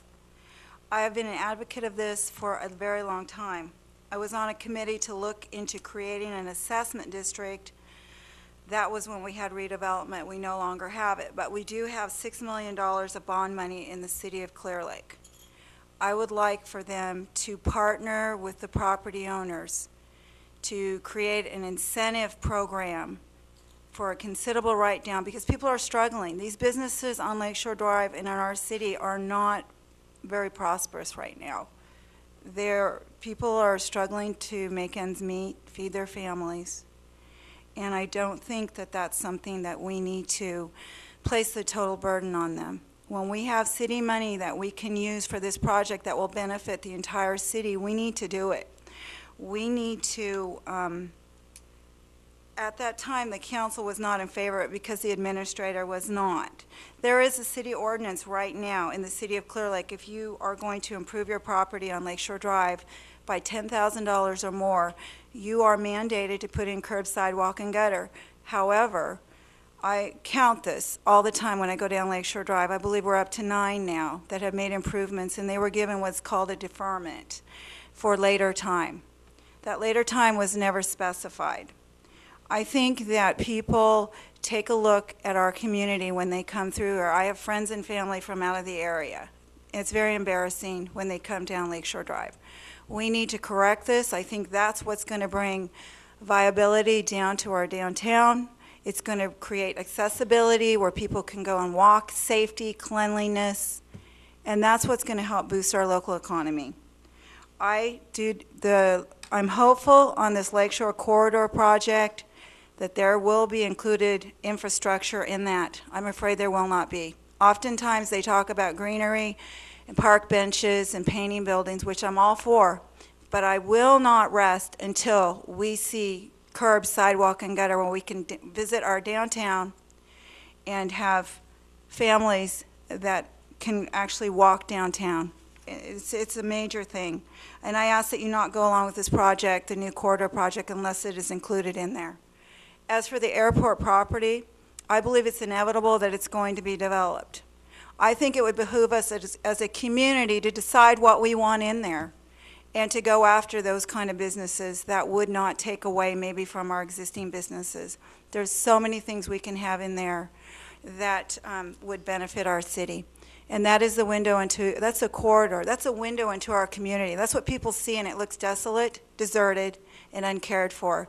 And then you come on into town and it still follows that vein. We need to take care of this, but I think we need to decide what we want in there as a community. Good timing. That was perfect. All right. Can you repeat the question for me so I make sure I address all of the parts? Yes, it's the local economy. What is your vision for the airport property, and how would you develop that so it does not threaten businesses along downtown Clear Lake? Okay. Well, as you may know, unemployment rate in Clear Lake is higher than everywhere in the county and the state. I believe that in order to support the local economy, we need to help the citizens thrive. And a lot of that is the small businesses. We need to really be careful and sustainable when we're planning development. We don't want things to come in that don't work and then go out. Again, we're not giving any structure or sustainability to our citizens, and we need to show them that. I believe that we need to do both. We need to develop the airport property because it is the gateway into our community.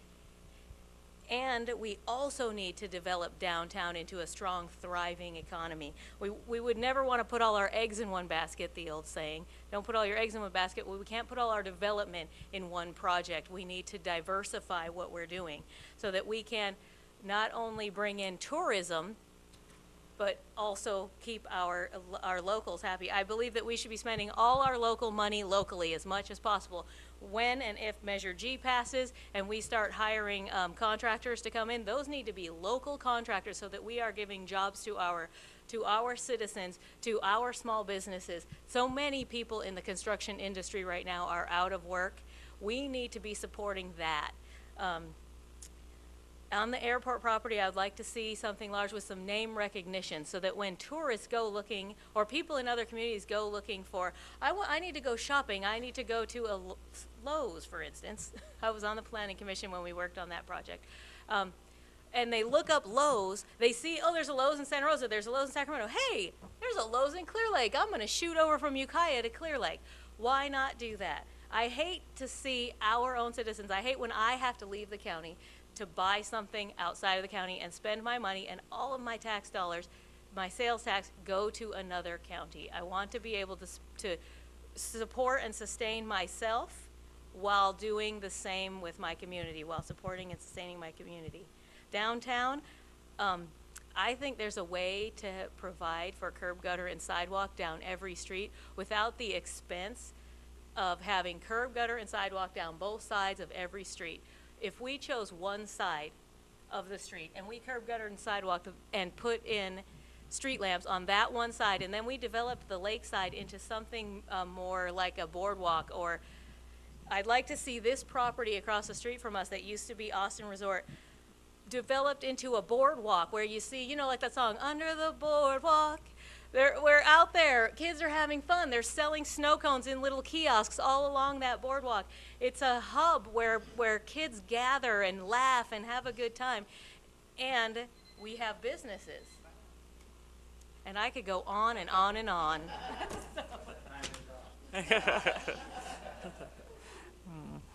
Well, let's start with the airport property.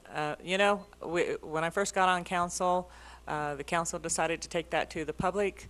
We did. We had designs presented to us, and the public picked a design. It was small businesses with living on top. If we're going to decide to change that, and that's not the way the community goes, then we need to go back to the community and start having some presentations on some designs.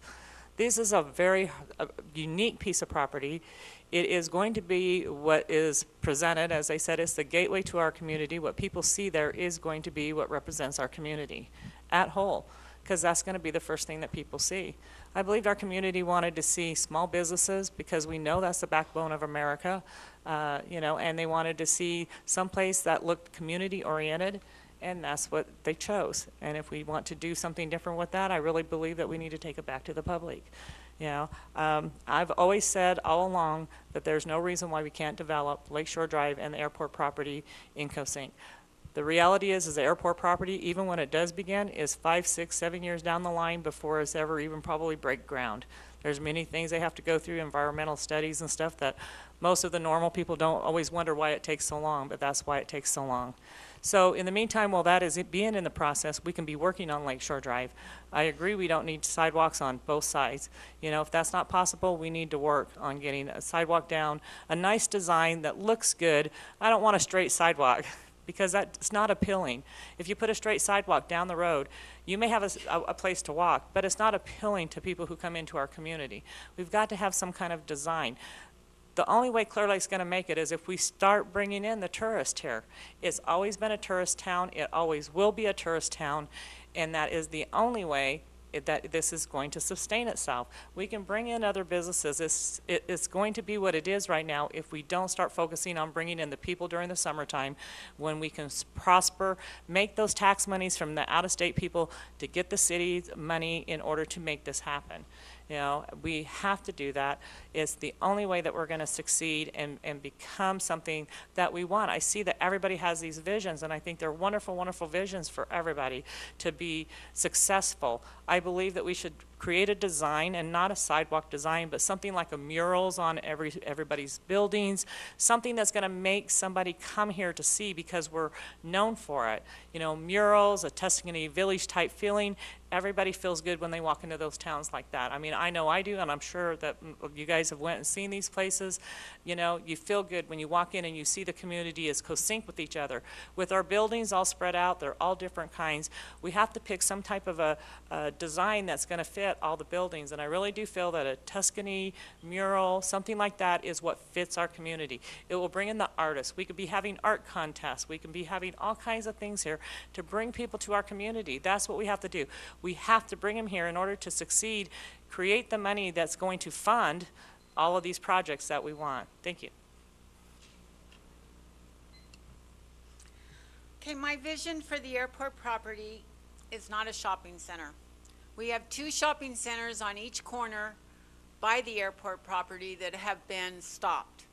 I understand that the contractor went broke or didn't bid enough for the property on Old Highway 53 and 53 on where Walgreens was going.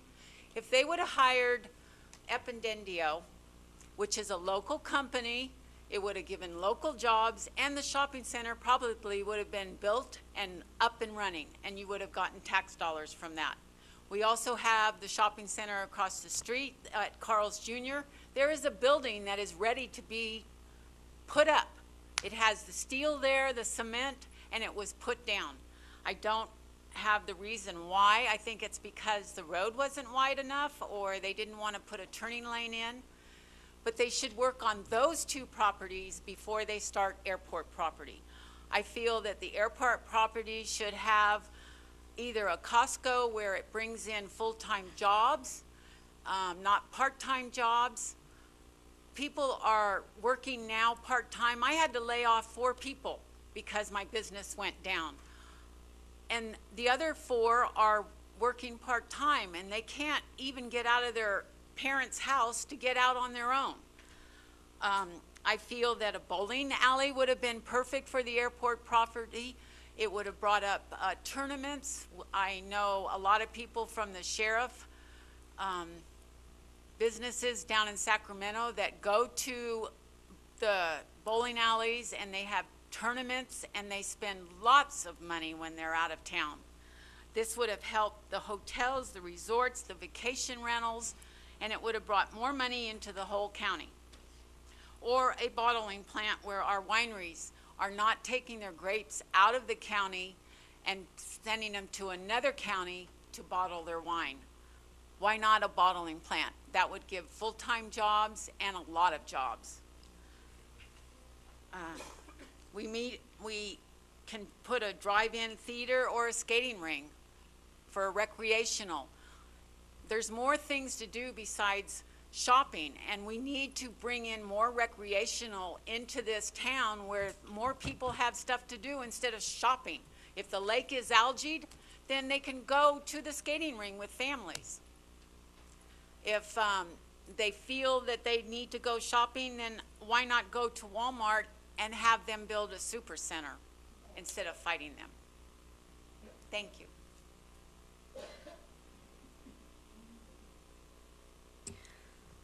Local economy is, first of all, an okay one with me because I've been here so long, I kind of know what makes up our local economy. We're mostly small business owners, and most of us have families to provide for. So with keeping that in the back of our minds, as we want everybody to still continue to make a living and take care of their families in our city, we do need the proper growth to come into the airport property that will give us the revenue for the city, and it will move us forward to do these other projects. I actually sit on the advisory committee for the Lakeshore Corridor. So I know what they have planned, and it's going to be brought to the public, by the way, here next week. There should be some flyers. They were here at the last council meeting. They are working on pathways, and they are working on lights, and they are working on all of that. But what needs to come in at the airport property is something that we are all going out of town for. We all go out of town for something. We need to collectively work together, figure out what our biggest needs are, and focus on finding those proper developers and people to bring to our city to give us the revenue to move forward and sustain ourselves as we do all these beautifying projects. And then as they come into the city because they've came for whatever our big store is, our big attraction, then they will continue to spend the day. Just like most of us, when we go shopping out of town, it's not straight there and straight home. We have lunch or we do whatever we're gonna do, and we make a little event out of it. So that's what we need to be doing here. We need to make that happen in our city to be sustainable and survive. Thank you.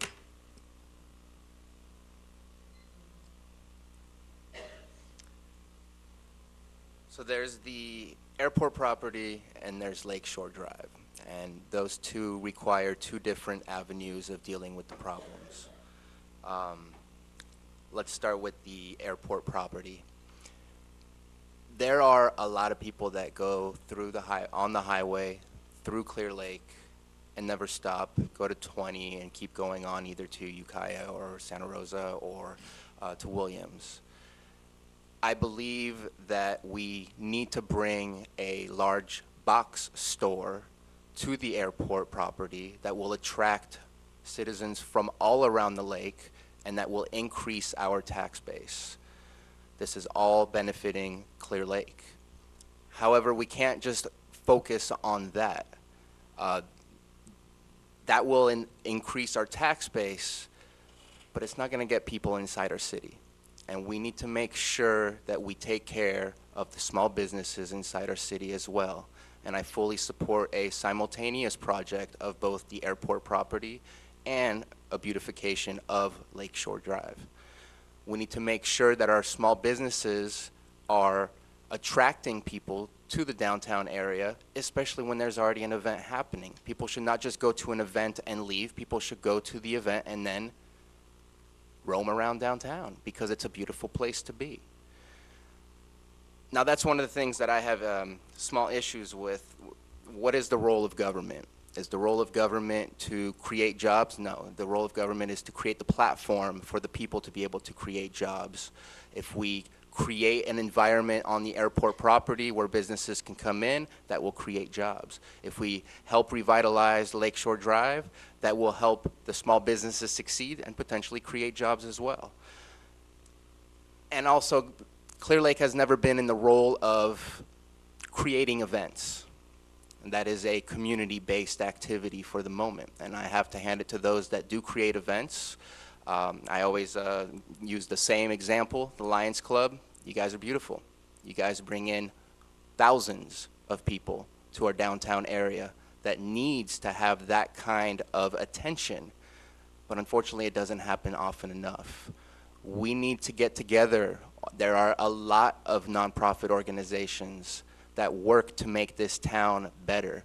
It is the community that makes this city successful, not just city council. We need to work together and keep trying to make events to help out all the small businesses downtown, and we need to focus on both the airport property as well as the downtown.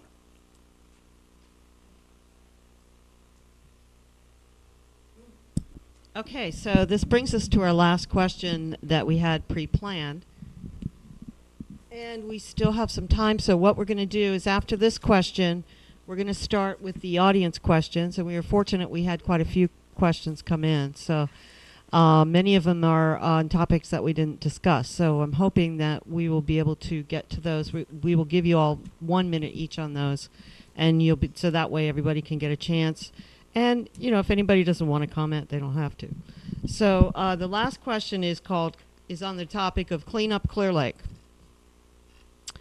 What are your plans and how would you like to improve the image of Clear Lake? I think one of the major things that I'd like to see is right behind us there's a beautiful park, and it's not as beautiful as it could be or as beautiful as it should be. There are events that happen in that park, and right now it does not help those events to be successful events when the lawn is brown, falling apart, and having mold in it. There are many issues that we are dealing with. Right now, again, if we came here when it was still daylight, we noticed that there's some good construction happening, and we are working on it. But I would really like to see our parks green, and our parks attracting people to want to hang out there, have a family picnic, but that is not the case right now. Clean Up Clear Lake has a lot to do with Measure G. Measure G is all about cleaning up Clear Lake, and that is why I support it. We need to offer a healthier environment, and a park is part of that healthier environment. To be able to take your dog down to the park and walk, that's a healthy activity. To hang out with your family in a safe environment, that's a healthy activity. To be able to walk down the street without having to bump into 10 shopping carts is a healthy activity. We need to clean up our town. We need to take responsibility as individuals because we are the ones also that leave shopping carts around in our city. We are the ones that litter in our city. But the government also needs, the city council needs to make sure that we provide the public good, which is proper parks and proper recreation for the city as well.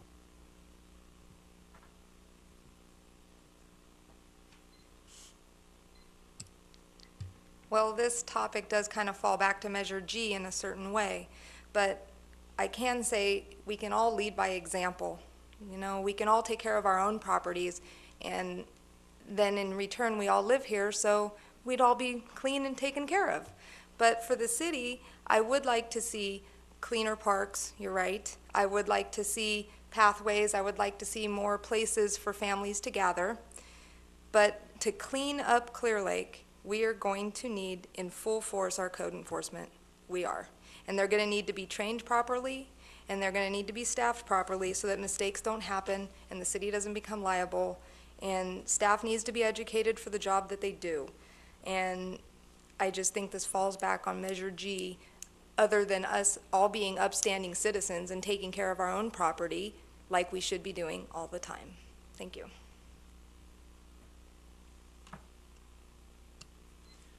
To clean up Clear Lake, I think I have proved to everybody how I really want Clear Lake to be cleaned up. I took the mini golf and restored it totally to make something for the kids to do and families.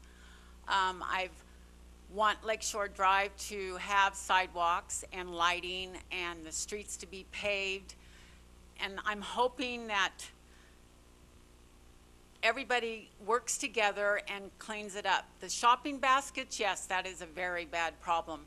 I mentioned it at one of the meetings that it is against the law to take it off the parking lot, and if we had code enforcement, they could go and fine the stores that aren't picking them up. I just feel that cleaning it up takes everybody to do it. And I'm hoping that everybody comes together and does the job. Thank you. Well, everything that's been said is true to fact. But let me tell you what, the biggest thing that we have to do is we need to take our streets back. You can do all the beautification you want, you can bring in all the businesses you want, but until we take our streets back from the drug addicts and the gangs, you are going to still have what you have. Because businesses will come and they will go because they can't sustain themselves because of what we have here. So the first thing to do is we must find the money to be able to get us a drug task force and a gang task force into this city, whether it's by grants, fundraisers, whatever it takes, because that's our problem with our police department is they do not have the staff to go after and clean up our town. And the community needs to start stepping up.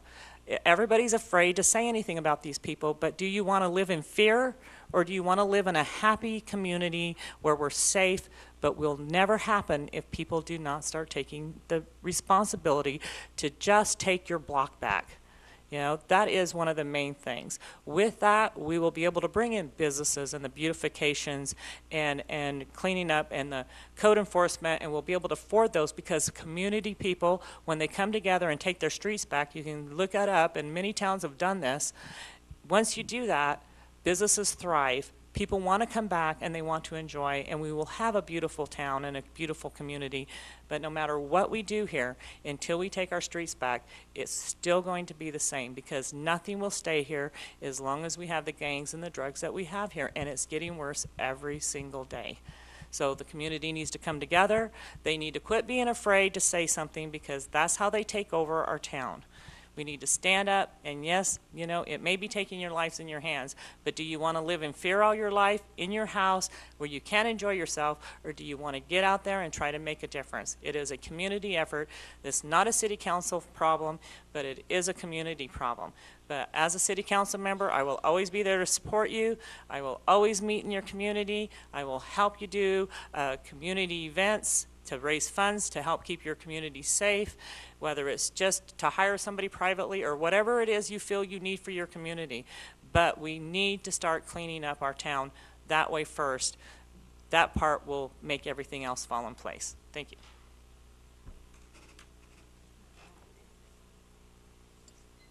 Okay.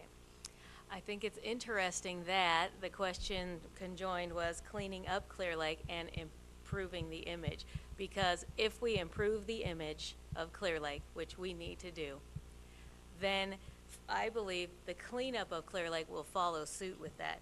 Once we begin to put forth a positive representation of Clear Lake and its citizenry, however you say that word, everyone will have a pride of ownership. When you have a pride of ownership over your entire community, you take responsibility. You take ownership. You do say something when you feel like something right isn't happening. Not only do you mention it, you help fix it. Those are the kinds of collaborations that we need. Those are the kinds of grassroots collaborations that are going to make a difference here. We need to work on, in order to change the image, communication. It is time Clear Lake joined the 21st century and got a website that works. Okay? Whenever I go and whenever I'm planning to go anywhere, I jump on the internet and I say, going to XYZ, and I see what's there, what local festivals are happening in that area, what kind of stores do they have, where do I want to stay while I'm there, and all of that I can do from going on, you know, usually it's ci.whatever.city. So on and so forth. We don't have that. We need that. We need to start there. Not only do we need to start there, that's just a start. We need to be working on our social media. We should have, like our Clear Lakes Facebook page, our community members should be able to go to this Facebook page. We should be able to update them on what the city is doing as far as a council, a police force, a community, and have the citizens know what's going on. So when someone comes and says, oh, Clear Lake, it's such a deadbeat place. No, we actually have stuff going on, and everyone is prepared to rebut that. When we start having that kind of collaboration, I think Bruno mentioned, we have so many organizations that are working within the community to make a difference. It's wonderful to see. It warms my heart. And if we were to bring all of those community organizations together to work collaboratively, we would be unstoppable. We would have enough force to really, really make a difference in our community. I think those are the kinds of things, starting with, for me, a recreation department. I think there needs to be one place where all of the information on everything that's going on in Clear Lake is stored and accessible. One department where it's a recreation department. And yeah, the city doesn't necessarily run all of these recreational opportunities, but they're the hub of information for them. And they're the place here in the city where people come and say, hey, what's going on? What can I get my kids involved in? And that's where we need to begin to clean up Clear Lake and change the image.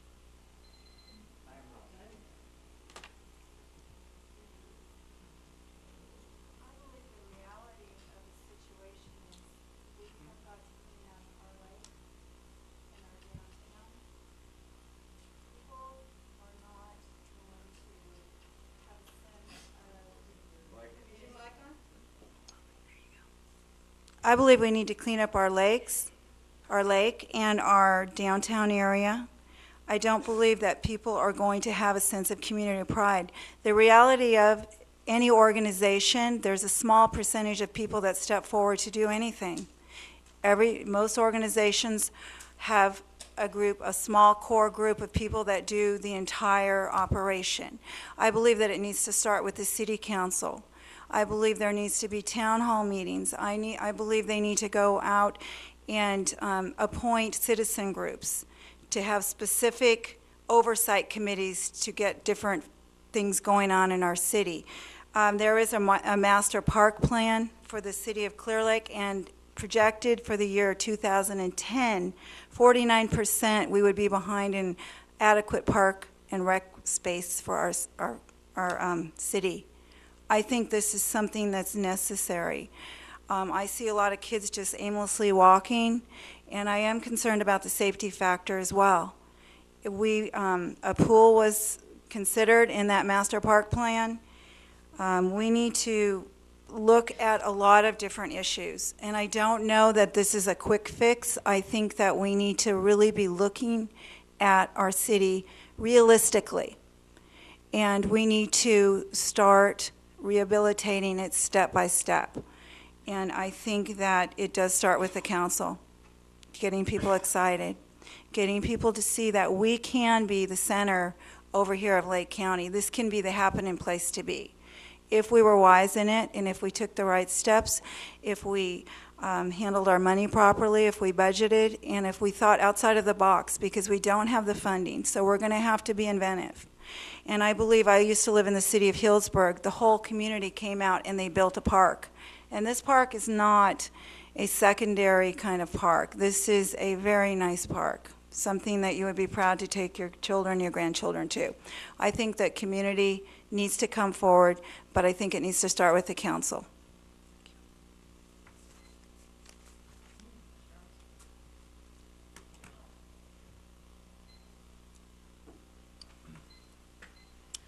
Well, testing, okay. It was a nice dream. I think we're really missing the picture here, and that is we have to have a solid foundation to build anything. Measure G, if it's passed, will give us the resources that we need to fill this dream sheet. Of course, we need all of these other projects done in the city, but we need the tool to get it done. If we have responsible fiscal spending, if we plan the projects properly and make sure that in the planning of this spending of funds, that local businesses and citizens are involved, we see growth, we see development. If we sit and say, well, we'd like to beautify the parks, we'd like to do this, we'd like to do that, if we only got 2 people working in the Parks Department, how much can get done in a year? Nothing. So first of all, let's get our infrastructure in place. Then we can start planning and redeveloping in a sensible manner. The money will be used in the areas that's most needed. These areas can be, like she said, in a town meeting, thought out and planned carefully. We have to do that. We can't just jump in and have a dream sheet with no background. We need the background. We need the planning. We need people that are responsible and have the expertise to do the job. We have a lot of people here out of work, a lot of people that are useful citizens, but have no purpose. Let's build purpose through community development. Let's have them participate. A town is only as good as the people who participate in it. Everyone likes to dream. I'm not a dreamer. I'm a reality person. If we're going to get something done in this town to make it a really viable place for employment for our local citizens and attract new businesses that are going to stay, they're not going to just come in, take our money, and leave, and then we still have to drive somewhere else to go shopping. I don't want to do that. We can build parks. We can have residential rec areas. We can build, redesign the playgrounds so that when we bring our kids down here, there are functional playgrounds that they can enjoy themselves. So that when they get out of school on Fridays, hey, I want to go to the park. Not the drive-in, not the movie theater, or any place else. The tools for self-help, basically, is what I'm talking about. We need to have a uniform design, structured plan. We have to have fiscal responsibility in where these uniform designs we're going to spend the money for these uniform designs, basically. We need business incentives and tax breaks to attract businesses, to give our borderline small businesses who are not just barely making it, give them some tax incentives so that they can grow, they can hire more people. We need to develop our Chamber of Commerce so that they can help the small businesses in the services that they need. We need lake access and bike paths. That's the Parks Department. This money can be spent to utilize and re-beautify the surrounding lake area and to give more access for the citizens. Crosswalks, sidewalks, lighting, that's all great. But let's get the money first. I want to see the dollars. I want to see where it's going to go first. Okay. So, in dealing with helping our city grow, these are just some of the areas that we can touch. But like I said, we have to have the funding first. We have to be able to have that money in our hands and say, we're going to do a good job. No money in hand, no bird in a tree. Thank you. May I suggest that we give Bruno and Charles a break from going we're first? changing everything up now. And- Yeah, okay. we're going to start actually with Denise on the next question. We've already figured that one out, that we kind of You're on like top made of it a it. little too redundant. We're sorry about that. That's okay. Yeah, you get 1 minute for each question, because there's quite a few questions here. So be as brief as you can so that the time will low. We're going to add Joan into the mix here, and she'll be asking the first question. Okay, I hope everybody can hear this because it's not written down. What do these candidates do for a living, and what education do they have? Denise, we'll start with you and go this way, correct? Okay. I am a small business owner in Clear Lake, own Enterprise Towing and Automotive on Lakeshore Drive. I have been here my whole life, graduated from Lower Lake High School, and I am just a working person that wants to come forth and better their community. Thank you. Can you repeat the question, please? What do these candidates do for a living, and what education do they have? I own Tatonka Land Miniature Golf and Tatonka Trading. I have been I graduated from Lower Lake High, and I've lived here 28 years.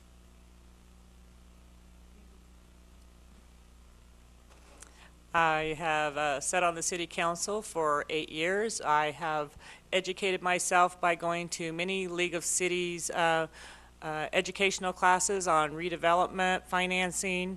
I took 2 years at Yuba College here, studying finances and administration.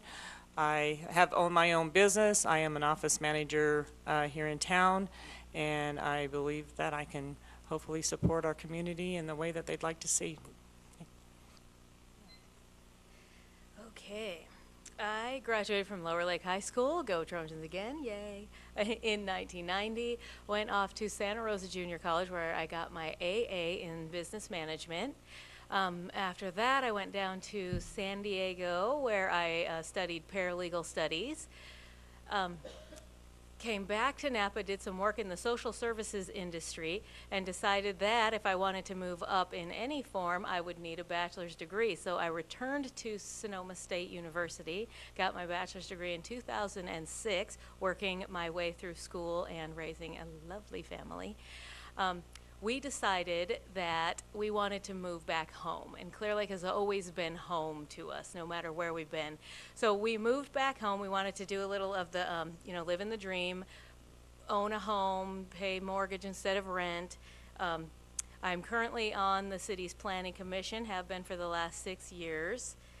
I work currently for the Lake County Office of Ed in the Healthy Start program, where we assist on school campuses with all of the things that the teacher can address in class, such as the child has a toothache, the child needs to change their clothes, so on and so forth. In my previous life, I have opened and run a teen center in Lower Lake, and just lots and lots of jobs. I've done a lot of exploring, and I find that I learn the most from talking with other people and from trainings. Whenever I'm giving trainings, I actually learn more from my trainees. So not only do I have a school-based education, but I also have a community education as well.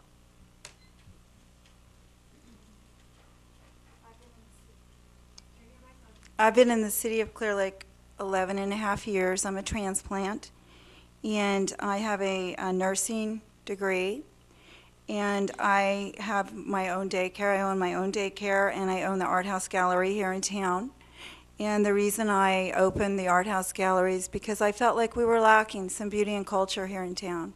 And so that's what I envisioned to do, and it's been amazing.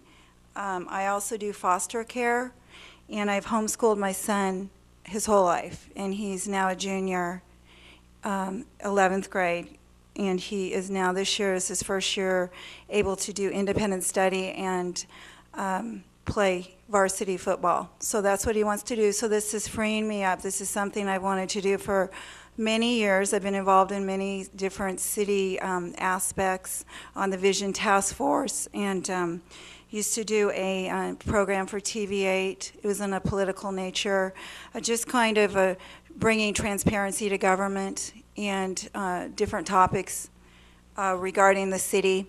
I've been very fascinated with the city, so I'm very focused. Thank you on this. Well, okay. Basically, I vacationed in Clear Lake, California by accident. I flew in a 132 Cessna for a training flight in 1970. Fell in love with the place. Smelt the lake, said I'd never come back. Moved on to the south area in the Bay Area, and went to San Jose State University, graduated with a bachelor's degree in media communications and arbitration. Worked as a former maritime engineer for approximately 20 years, moved into becoming a facilities engineer, and worked at the Caldecott Tunnel in the Bay Area at the historical site. Volunteered with the the Lake County Sheriff's Department on Marine Patrol for 2 years. And from there, moved into the advisory board for the city and representing the city of Clear Lake. I served two-year terms, appointed terms on the board as Lake Advisory and a representative for the city of Clear Lake. I took an active part in the implementation of the first ongoing invasive species protection program representing the city of Clear Lake. Was one of the first state and county's full-time operating plan that has been effective and being copied throughout the United States. Served as a member of the active flotilla for the Clear Lake community. And then I have several other hats, but apparently I've run out of time. Yeah, so and guess what, Charles? I'll yield the floor They to can the read chairman. about it on Lake County Magazine because we got the Meet the Candidates section, and you'll be in it next week. So everybody can know your whole history from there. Thank you. I feel that fortune has been shining on me for quite a while. I work. Oh, nice, nice. Thank you. I work at home. I am a data maintenance programmer. I do database programming for a hospital up in Humboldt County in Arcata called Mad River Hospital. But because I work at home, I get to raise my children at the same time. And that's been one of the most wonderful experiences of my life. And I definitely can't mention my children, Sophie and Sebastian, without mentioning my wonderful wife, Nikki, who also helps me with that job. As far as education goes, I went to Yuba College. I didn't start at Yuba College, but I ended up at Yuba College. I was the Clear Lake Associated Students president, student body president over there. And when I graduated in 2011, I obtained the Gold Medal Award for my community service outside of the school and my service within the school. I've transferred over now to UC Davis, and my goal is to graduate this year in June. I guess that would be next year, but this school year in June with my political science bachelor's degree. The reason I am studying political science is I've always been interested in helping communities and being part of the community, and I don't want to just be a part without understanding why our communities find ourselves in the situations that we're in. And that is my reason for my education. You're welcome. This next question is directed at Joyce.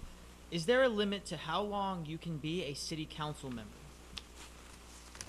No, as long as people elect you, you get to come back. Thank you. This is for all of the members. What are your thoughts on what should be done about the animal control problem?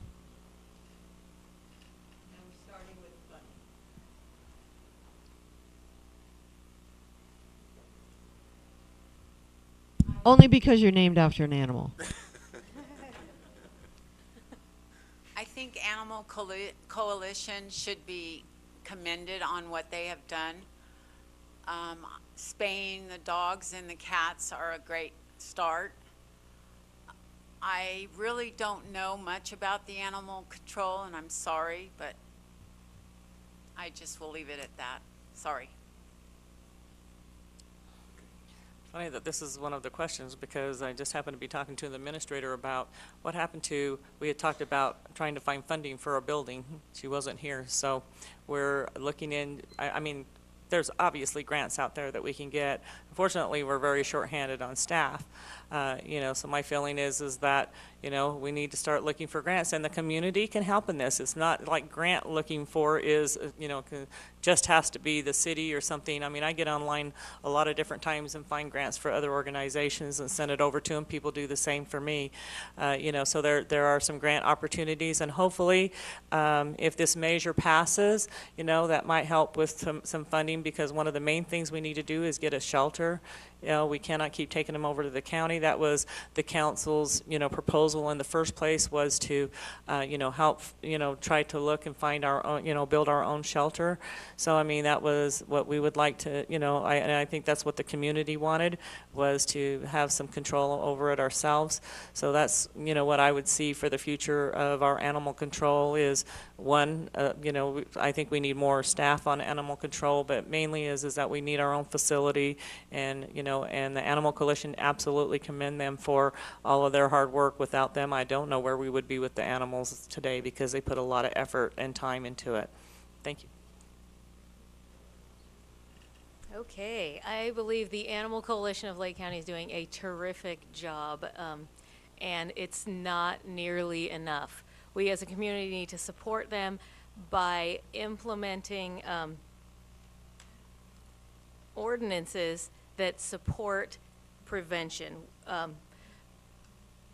A cat was hanging out in my yard. Let me tell you about how I got a cat. Okay, there was a cat hanging out in my yard in the wheel well of my husband's big truck, and we could hear it mewing. It had just snowed recently, and it was going to freeze again that night. And my kids ran over and were like, "Here, kitty, kitty, here, kitty, kitty." The cat would not come. I got bored with it, went inside. My daughter came in soon after, and my son lay on the ground, "Here, kitty, here, kitty." For 45 minutes later, I'm thinking, well, Nicholas hasn't come in the house. Where is he? He's outside. This cat has come all the way up to his fingertips and is sniffing his hand, and the cat lets him pick it up and brings it in our house. That's now our cat. So I needed to encourage him for the most amount of patience he's ever shown for another living being. So we have a cat. I immediately called up Animal Coalition, got a voucher, paid for a voucher to go to a local vet to get this cat spayed. Got the appointment, brought the cat in. The vet takes a look at the cat, looks at me and says, "Oh, this cat doesn't need to be spayed. It needs to be neutered." It was so young that I hadn't yet been able to tell it was a male cat. That's where we need to get. The responsible pet ownership needs to be curtailing the population outbreak.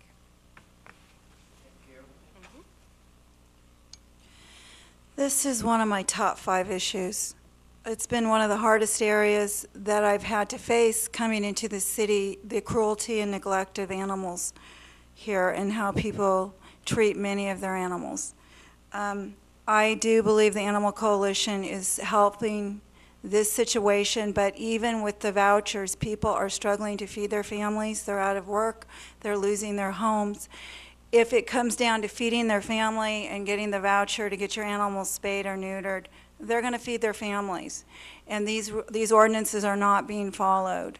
And so I think that this is something that we really need to look at. Either we need to recontract with the county, or we need to construct a shelter here.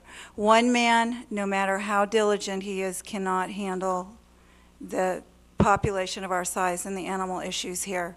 This is a really big problem. I think that this is something that we need to look at right away. Thank you.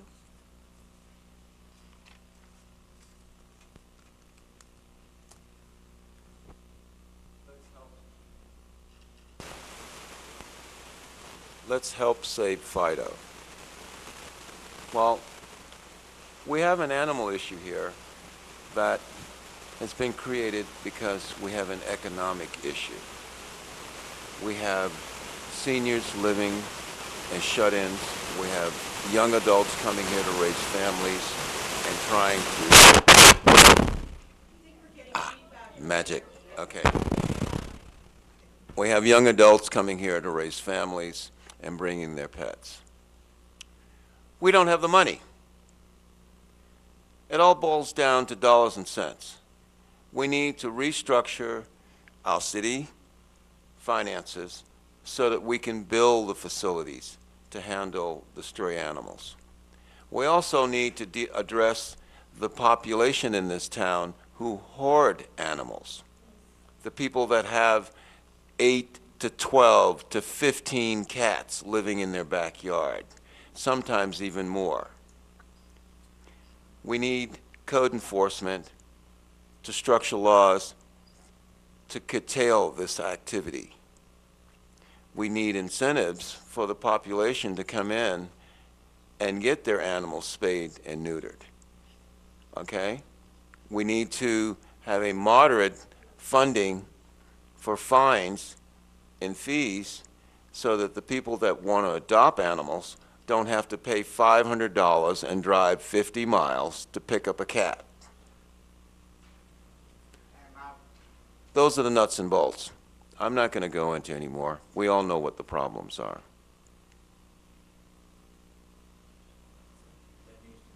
So for the animal control, I'm going to have to restate what's already been stated. Animal Coalition has been a huge, tremendous help in taking care of the problems that we're dealing with. I just saw 4 dogs roaming around on the side of Olympic on my way here for this debate.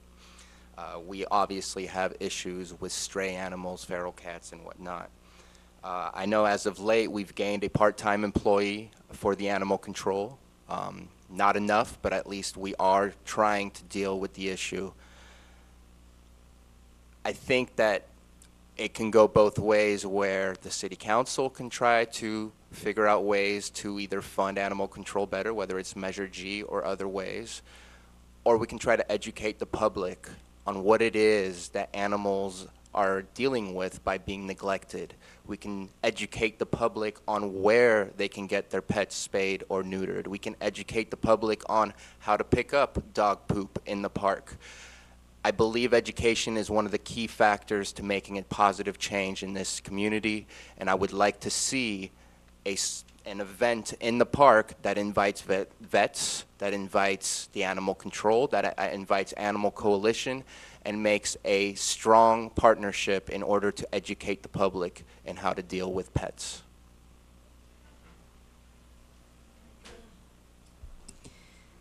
Animal control, we have one person. We need a lot more. And we need accountability on the citizens for the animals that they already have.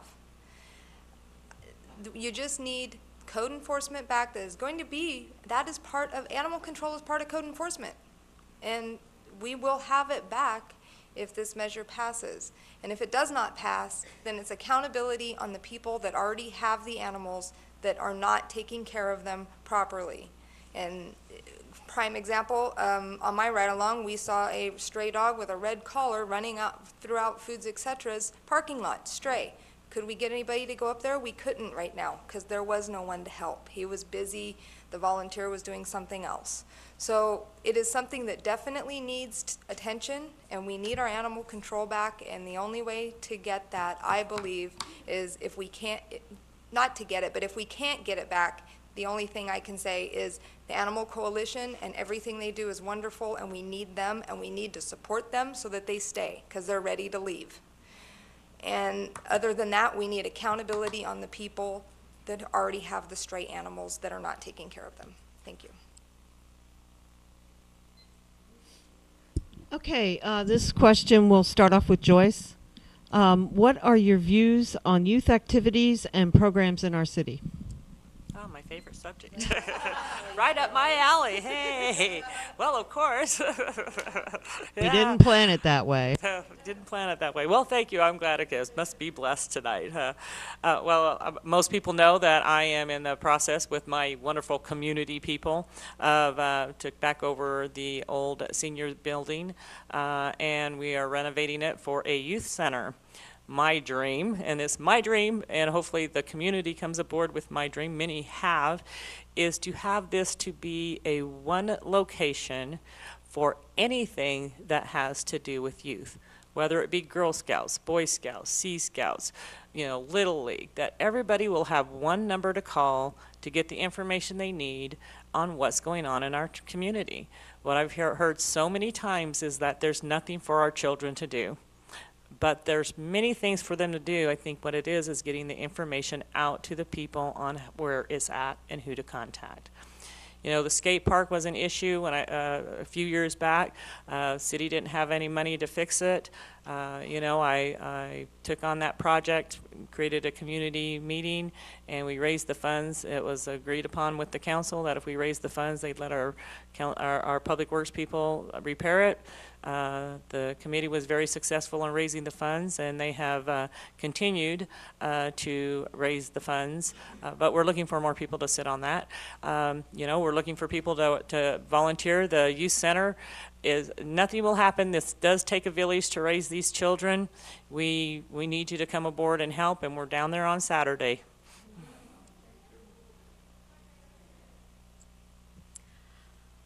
I think the best thing we can do to develop youth is to role model to them what they can do.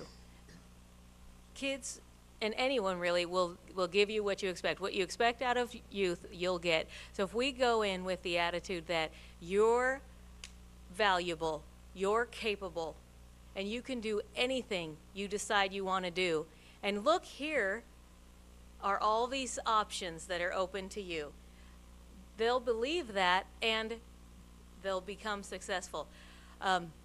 My kids, all my nieces and nephews, and most of their friends know that if you come up to me and you tell me I'm going to college, you'll get a piece of candy that I keep in my purse. And to train the young ones, I'll ask them, where are you going to go? And sometimes I get, I'm going to go to grandma's house. No, you're going to go to college. Where are you going to go? I'm going to go to the park. After the park, then you're going to go to college.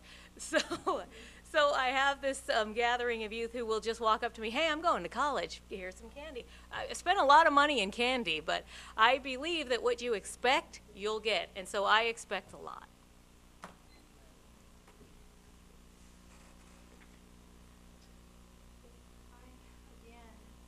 Did it not go on? Oh. I again believe that this is part of cleaning up our city.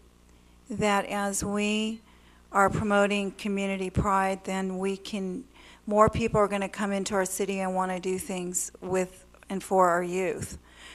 We had batting cages that were donated for Haverty Field some time ago. They still haven't gotten put up. So it's like, you know, I think that we need to do some foundational things here in our city. And I think then people are going to want to start moving into different avenues and feeling that they want to do more things than just loiter, or, you know, when we have places to go and we have a clean city, it's going to make a big difference.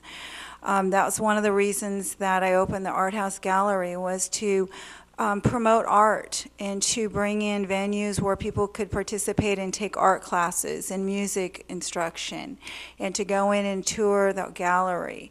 And we offered a children's program in the summertime for free. I mean, we really want, and even we have a food and art program, a yard art program coming, that'll be monthly, that will be geared towards 2 children that are from a low-income family. They're going to be able to participate in those classes for nothing.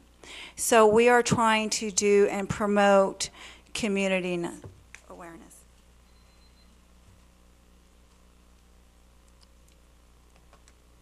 Would you mind reading the question one more time?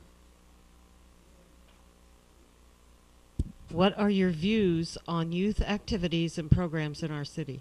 Thank you. Like I said earlier, we have some vacant property that is a showcase for this town. If it's turned into a business-oriented recreational center, it will thrive. This is one of the areas in Clear Lake that has been neglected for many, many years now. We have no place to send our kids. We have no place for teenagers to go and stay out of trouble, as well as drugs. And no one has addressed it. Okay, well, no one has had the money here because of the economy to do anything about it. Now, until we build a structure that can enhance small businesses to come here, to open up video centers, to open up skate parks or afternoon centers for children to do things, it's not going to happen. We need to work on that. As I work with the youth, I find more and more activities that are available to our youth in Clear Lake. And as Joyce mentioned, it's unfortunate that most of those, the organizers of those activities don't have the ability to advertise what it is that they are doing, their service to the community for the youth. The other spot that makes it seem like there's no activities to some people is that you see a separation between those that can afford to join these activities and those that cannot. And I think that that is one of the problems, the underlying problems that we're dealing with. I would like to see the youth involved in activities that have to do with helping our city. Not just sports. Sports are great, great activities, but something that has to do with helping our city. We have high schoolers who require volunteer hours in order to graduate. If we help them to participate in what is happening in our city, we can help them gain pride in their city, and that would change their entire attitude in the future as well as the attitude of this town.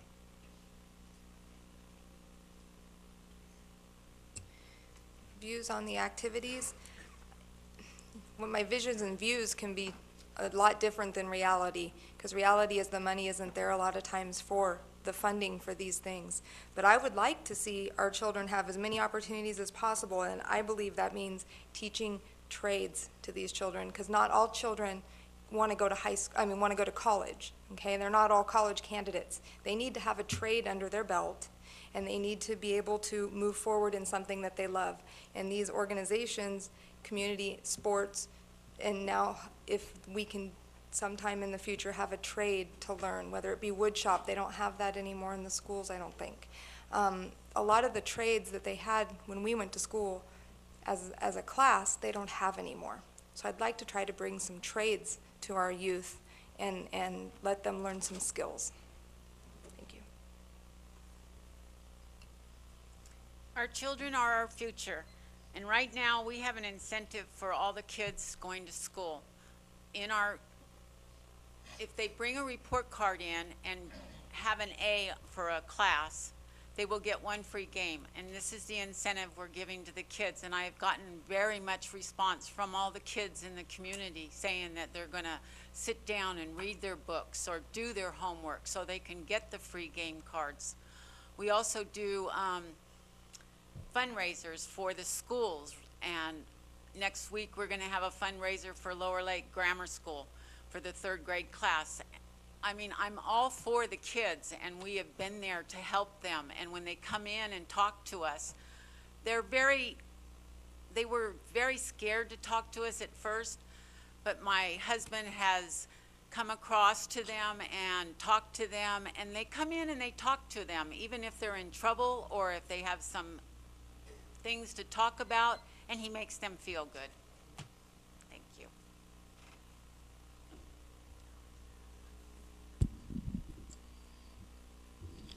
Okay, these two questions fit together.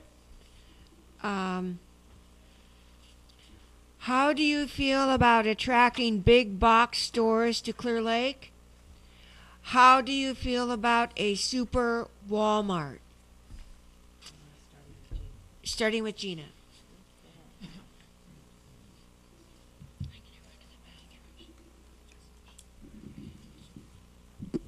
Okay. So I think Super Walmart is a big box store, in my opinion. That's why we bundled those. Okay, good. I sit on the planning commission. Walmart did come in and ask to be upgraded to a Super Walmart. On that issue, I voted no. Here's why. We have several grocery stores who employ lots of our community members. And I would not want to see Walmart come in and undercutting those and not adding more employees. They didn't have a plan to add more employees to their supercenter. And so I didn't want to adversely affect our existing local businesses at that time. As far as attracting a big box store, I'm assuming that whoever asked that question was talking about at the airport property.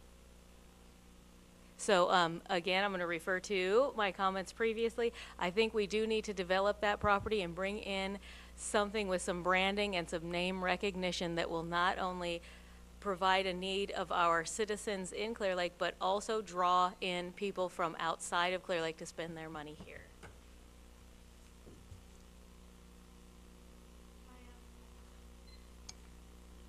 I would like to see a shopping center come into the airport property, but I would like to see it with things that we can use in our city for our citizens. It doesn't necessarily have to be something we already have. There's so many things we don't have. We can focus on that aspect of it. I do not see any problem at all with the Super Walmart. I mean, they've already expanded. We don't have the inventory there. If they're going to, if we had some kind of goods and services here, I believe we would attract more people to live in our area.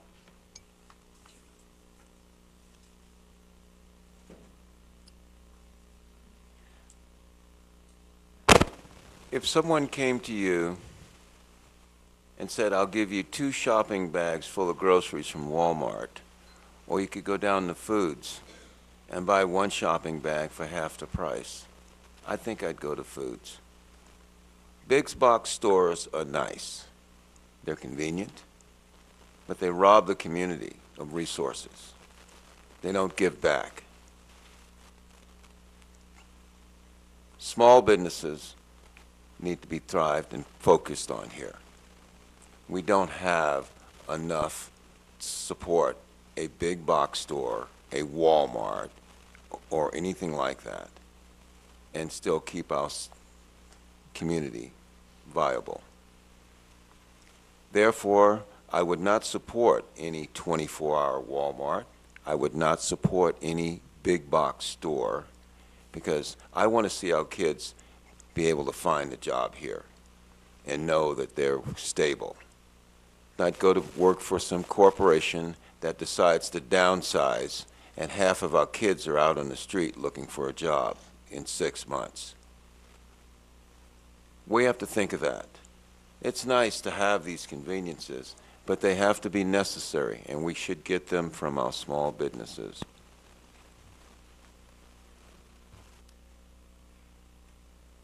As I said earlier, I was okay with a big store going into the airport as long as we also don't lose focus on small businesses. And Charles is right. Small businesses, every day people go in there asking for donations, and those are the ones giving into the community. And so we can't forget to support small businesses, or else we lose a lot within our community. But as far as a big box store for the airport, we're already losing tax dollars from people traveling to Santa Rosa and Ukiah all the time to go find these big box stores so they can make the purchases they need. If we polled a large amount of people in this city and asked them where they're going, we could figure out exactly what we need to bring here so they can pay the taxes here that go back to their community. As far as the Super Walmart, they've pretty much gone through the loopholes and added a whole bunch more food, and we'll probably keep trying to push for more. But to okay Super Walmart, I would like to see, what are you giving to the community if we allow you to expand? It's not just simple yes or no. There needs to be a give and a take.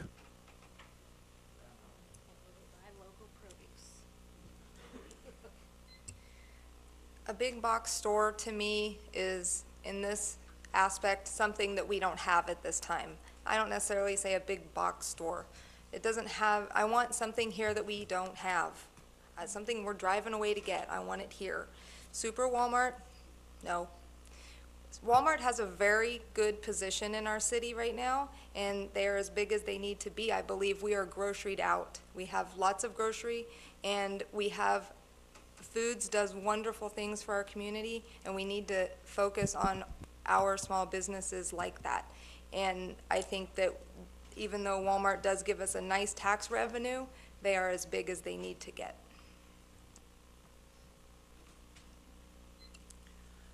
I am not for big box stores. Super Walmart, I said to let them do their renovation or their redecorating, but they put in so many food items that the tax dollar that the city is getting from them has gone down. The food doesn't make any taxes, so they're playing a game as far as the city. I think when they were turned down for their superstore, they eventually put in all food. You go into their store, and if you stop to look at something, you get crashed into from somebody behind you. There is no room in there.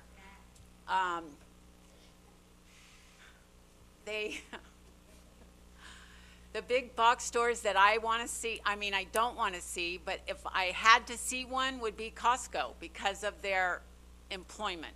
They hire full-time, they work 24 hours, they give benefits for their full-time employees. Walmart doesn't. They do part-time and they pay minimum wage. Thank you.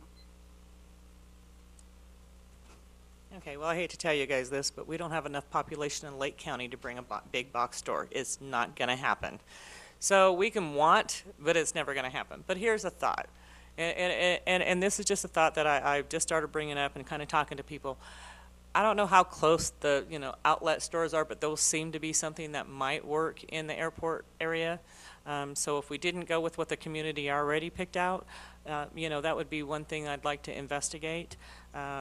So as far as big box going there, though, I mean, that was something that the community voted to, on designs. I think we need to bring back and start talking about this airport property in the community to see if there's even something. But I don't see a big box store with the population we have ever coming to Clear Lake unless it's something that's going to be able to draw from another area into here, and they know that it will. It has to be something unusual. And as far as Walmart, well, I'm not a big Walmart shopper, but when this all came up to start with, it was basically is they're going to expand their food, produce, and cut down their taxes. Benefits us in no way, shape, or form. If they didn't have the grocery store and they wanted to expand, I'd be all for it. But with the way that they want to do it, it's basically another grocery store. I'm definitely against that.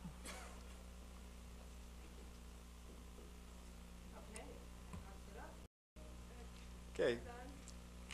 That ends all the questions. I want to thank all the candidates, the audience, obviously the City of Clear Lake, SSS Multimedia, who did the production for this, Lake County Magazine, Dr. Z, of course, who coordinated this from the very beginning, Joan Moss, Julie Lewis of Outlook Magazine, Devin Negeti from SSS Multimedia, of course, Terry Larson, and Lake County Magazine. Then, of course, the volunteers, Shannon Naylor, helped do the broadcasting there. We had Alan McCarsky on the camera, Beth Kamen in the PEG TV booth, and all who helped behind the scenes to make this event happen. I'm Peter Schiffman. I want to thank you for joining us for the 2012 Clear Lake Candidates Debate. Have a great evening.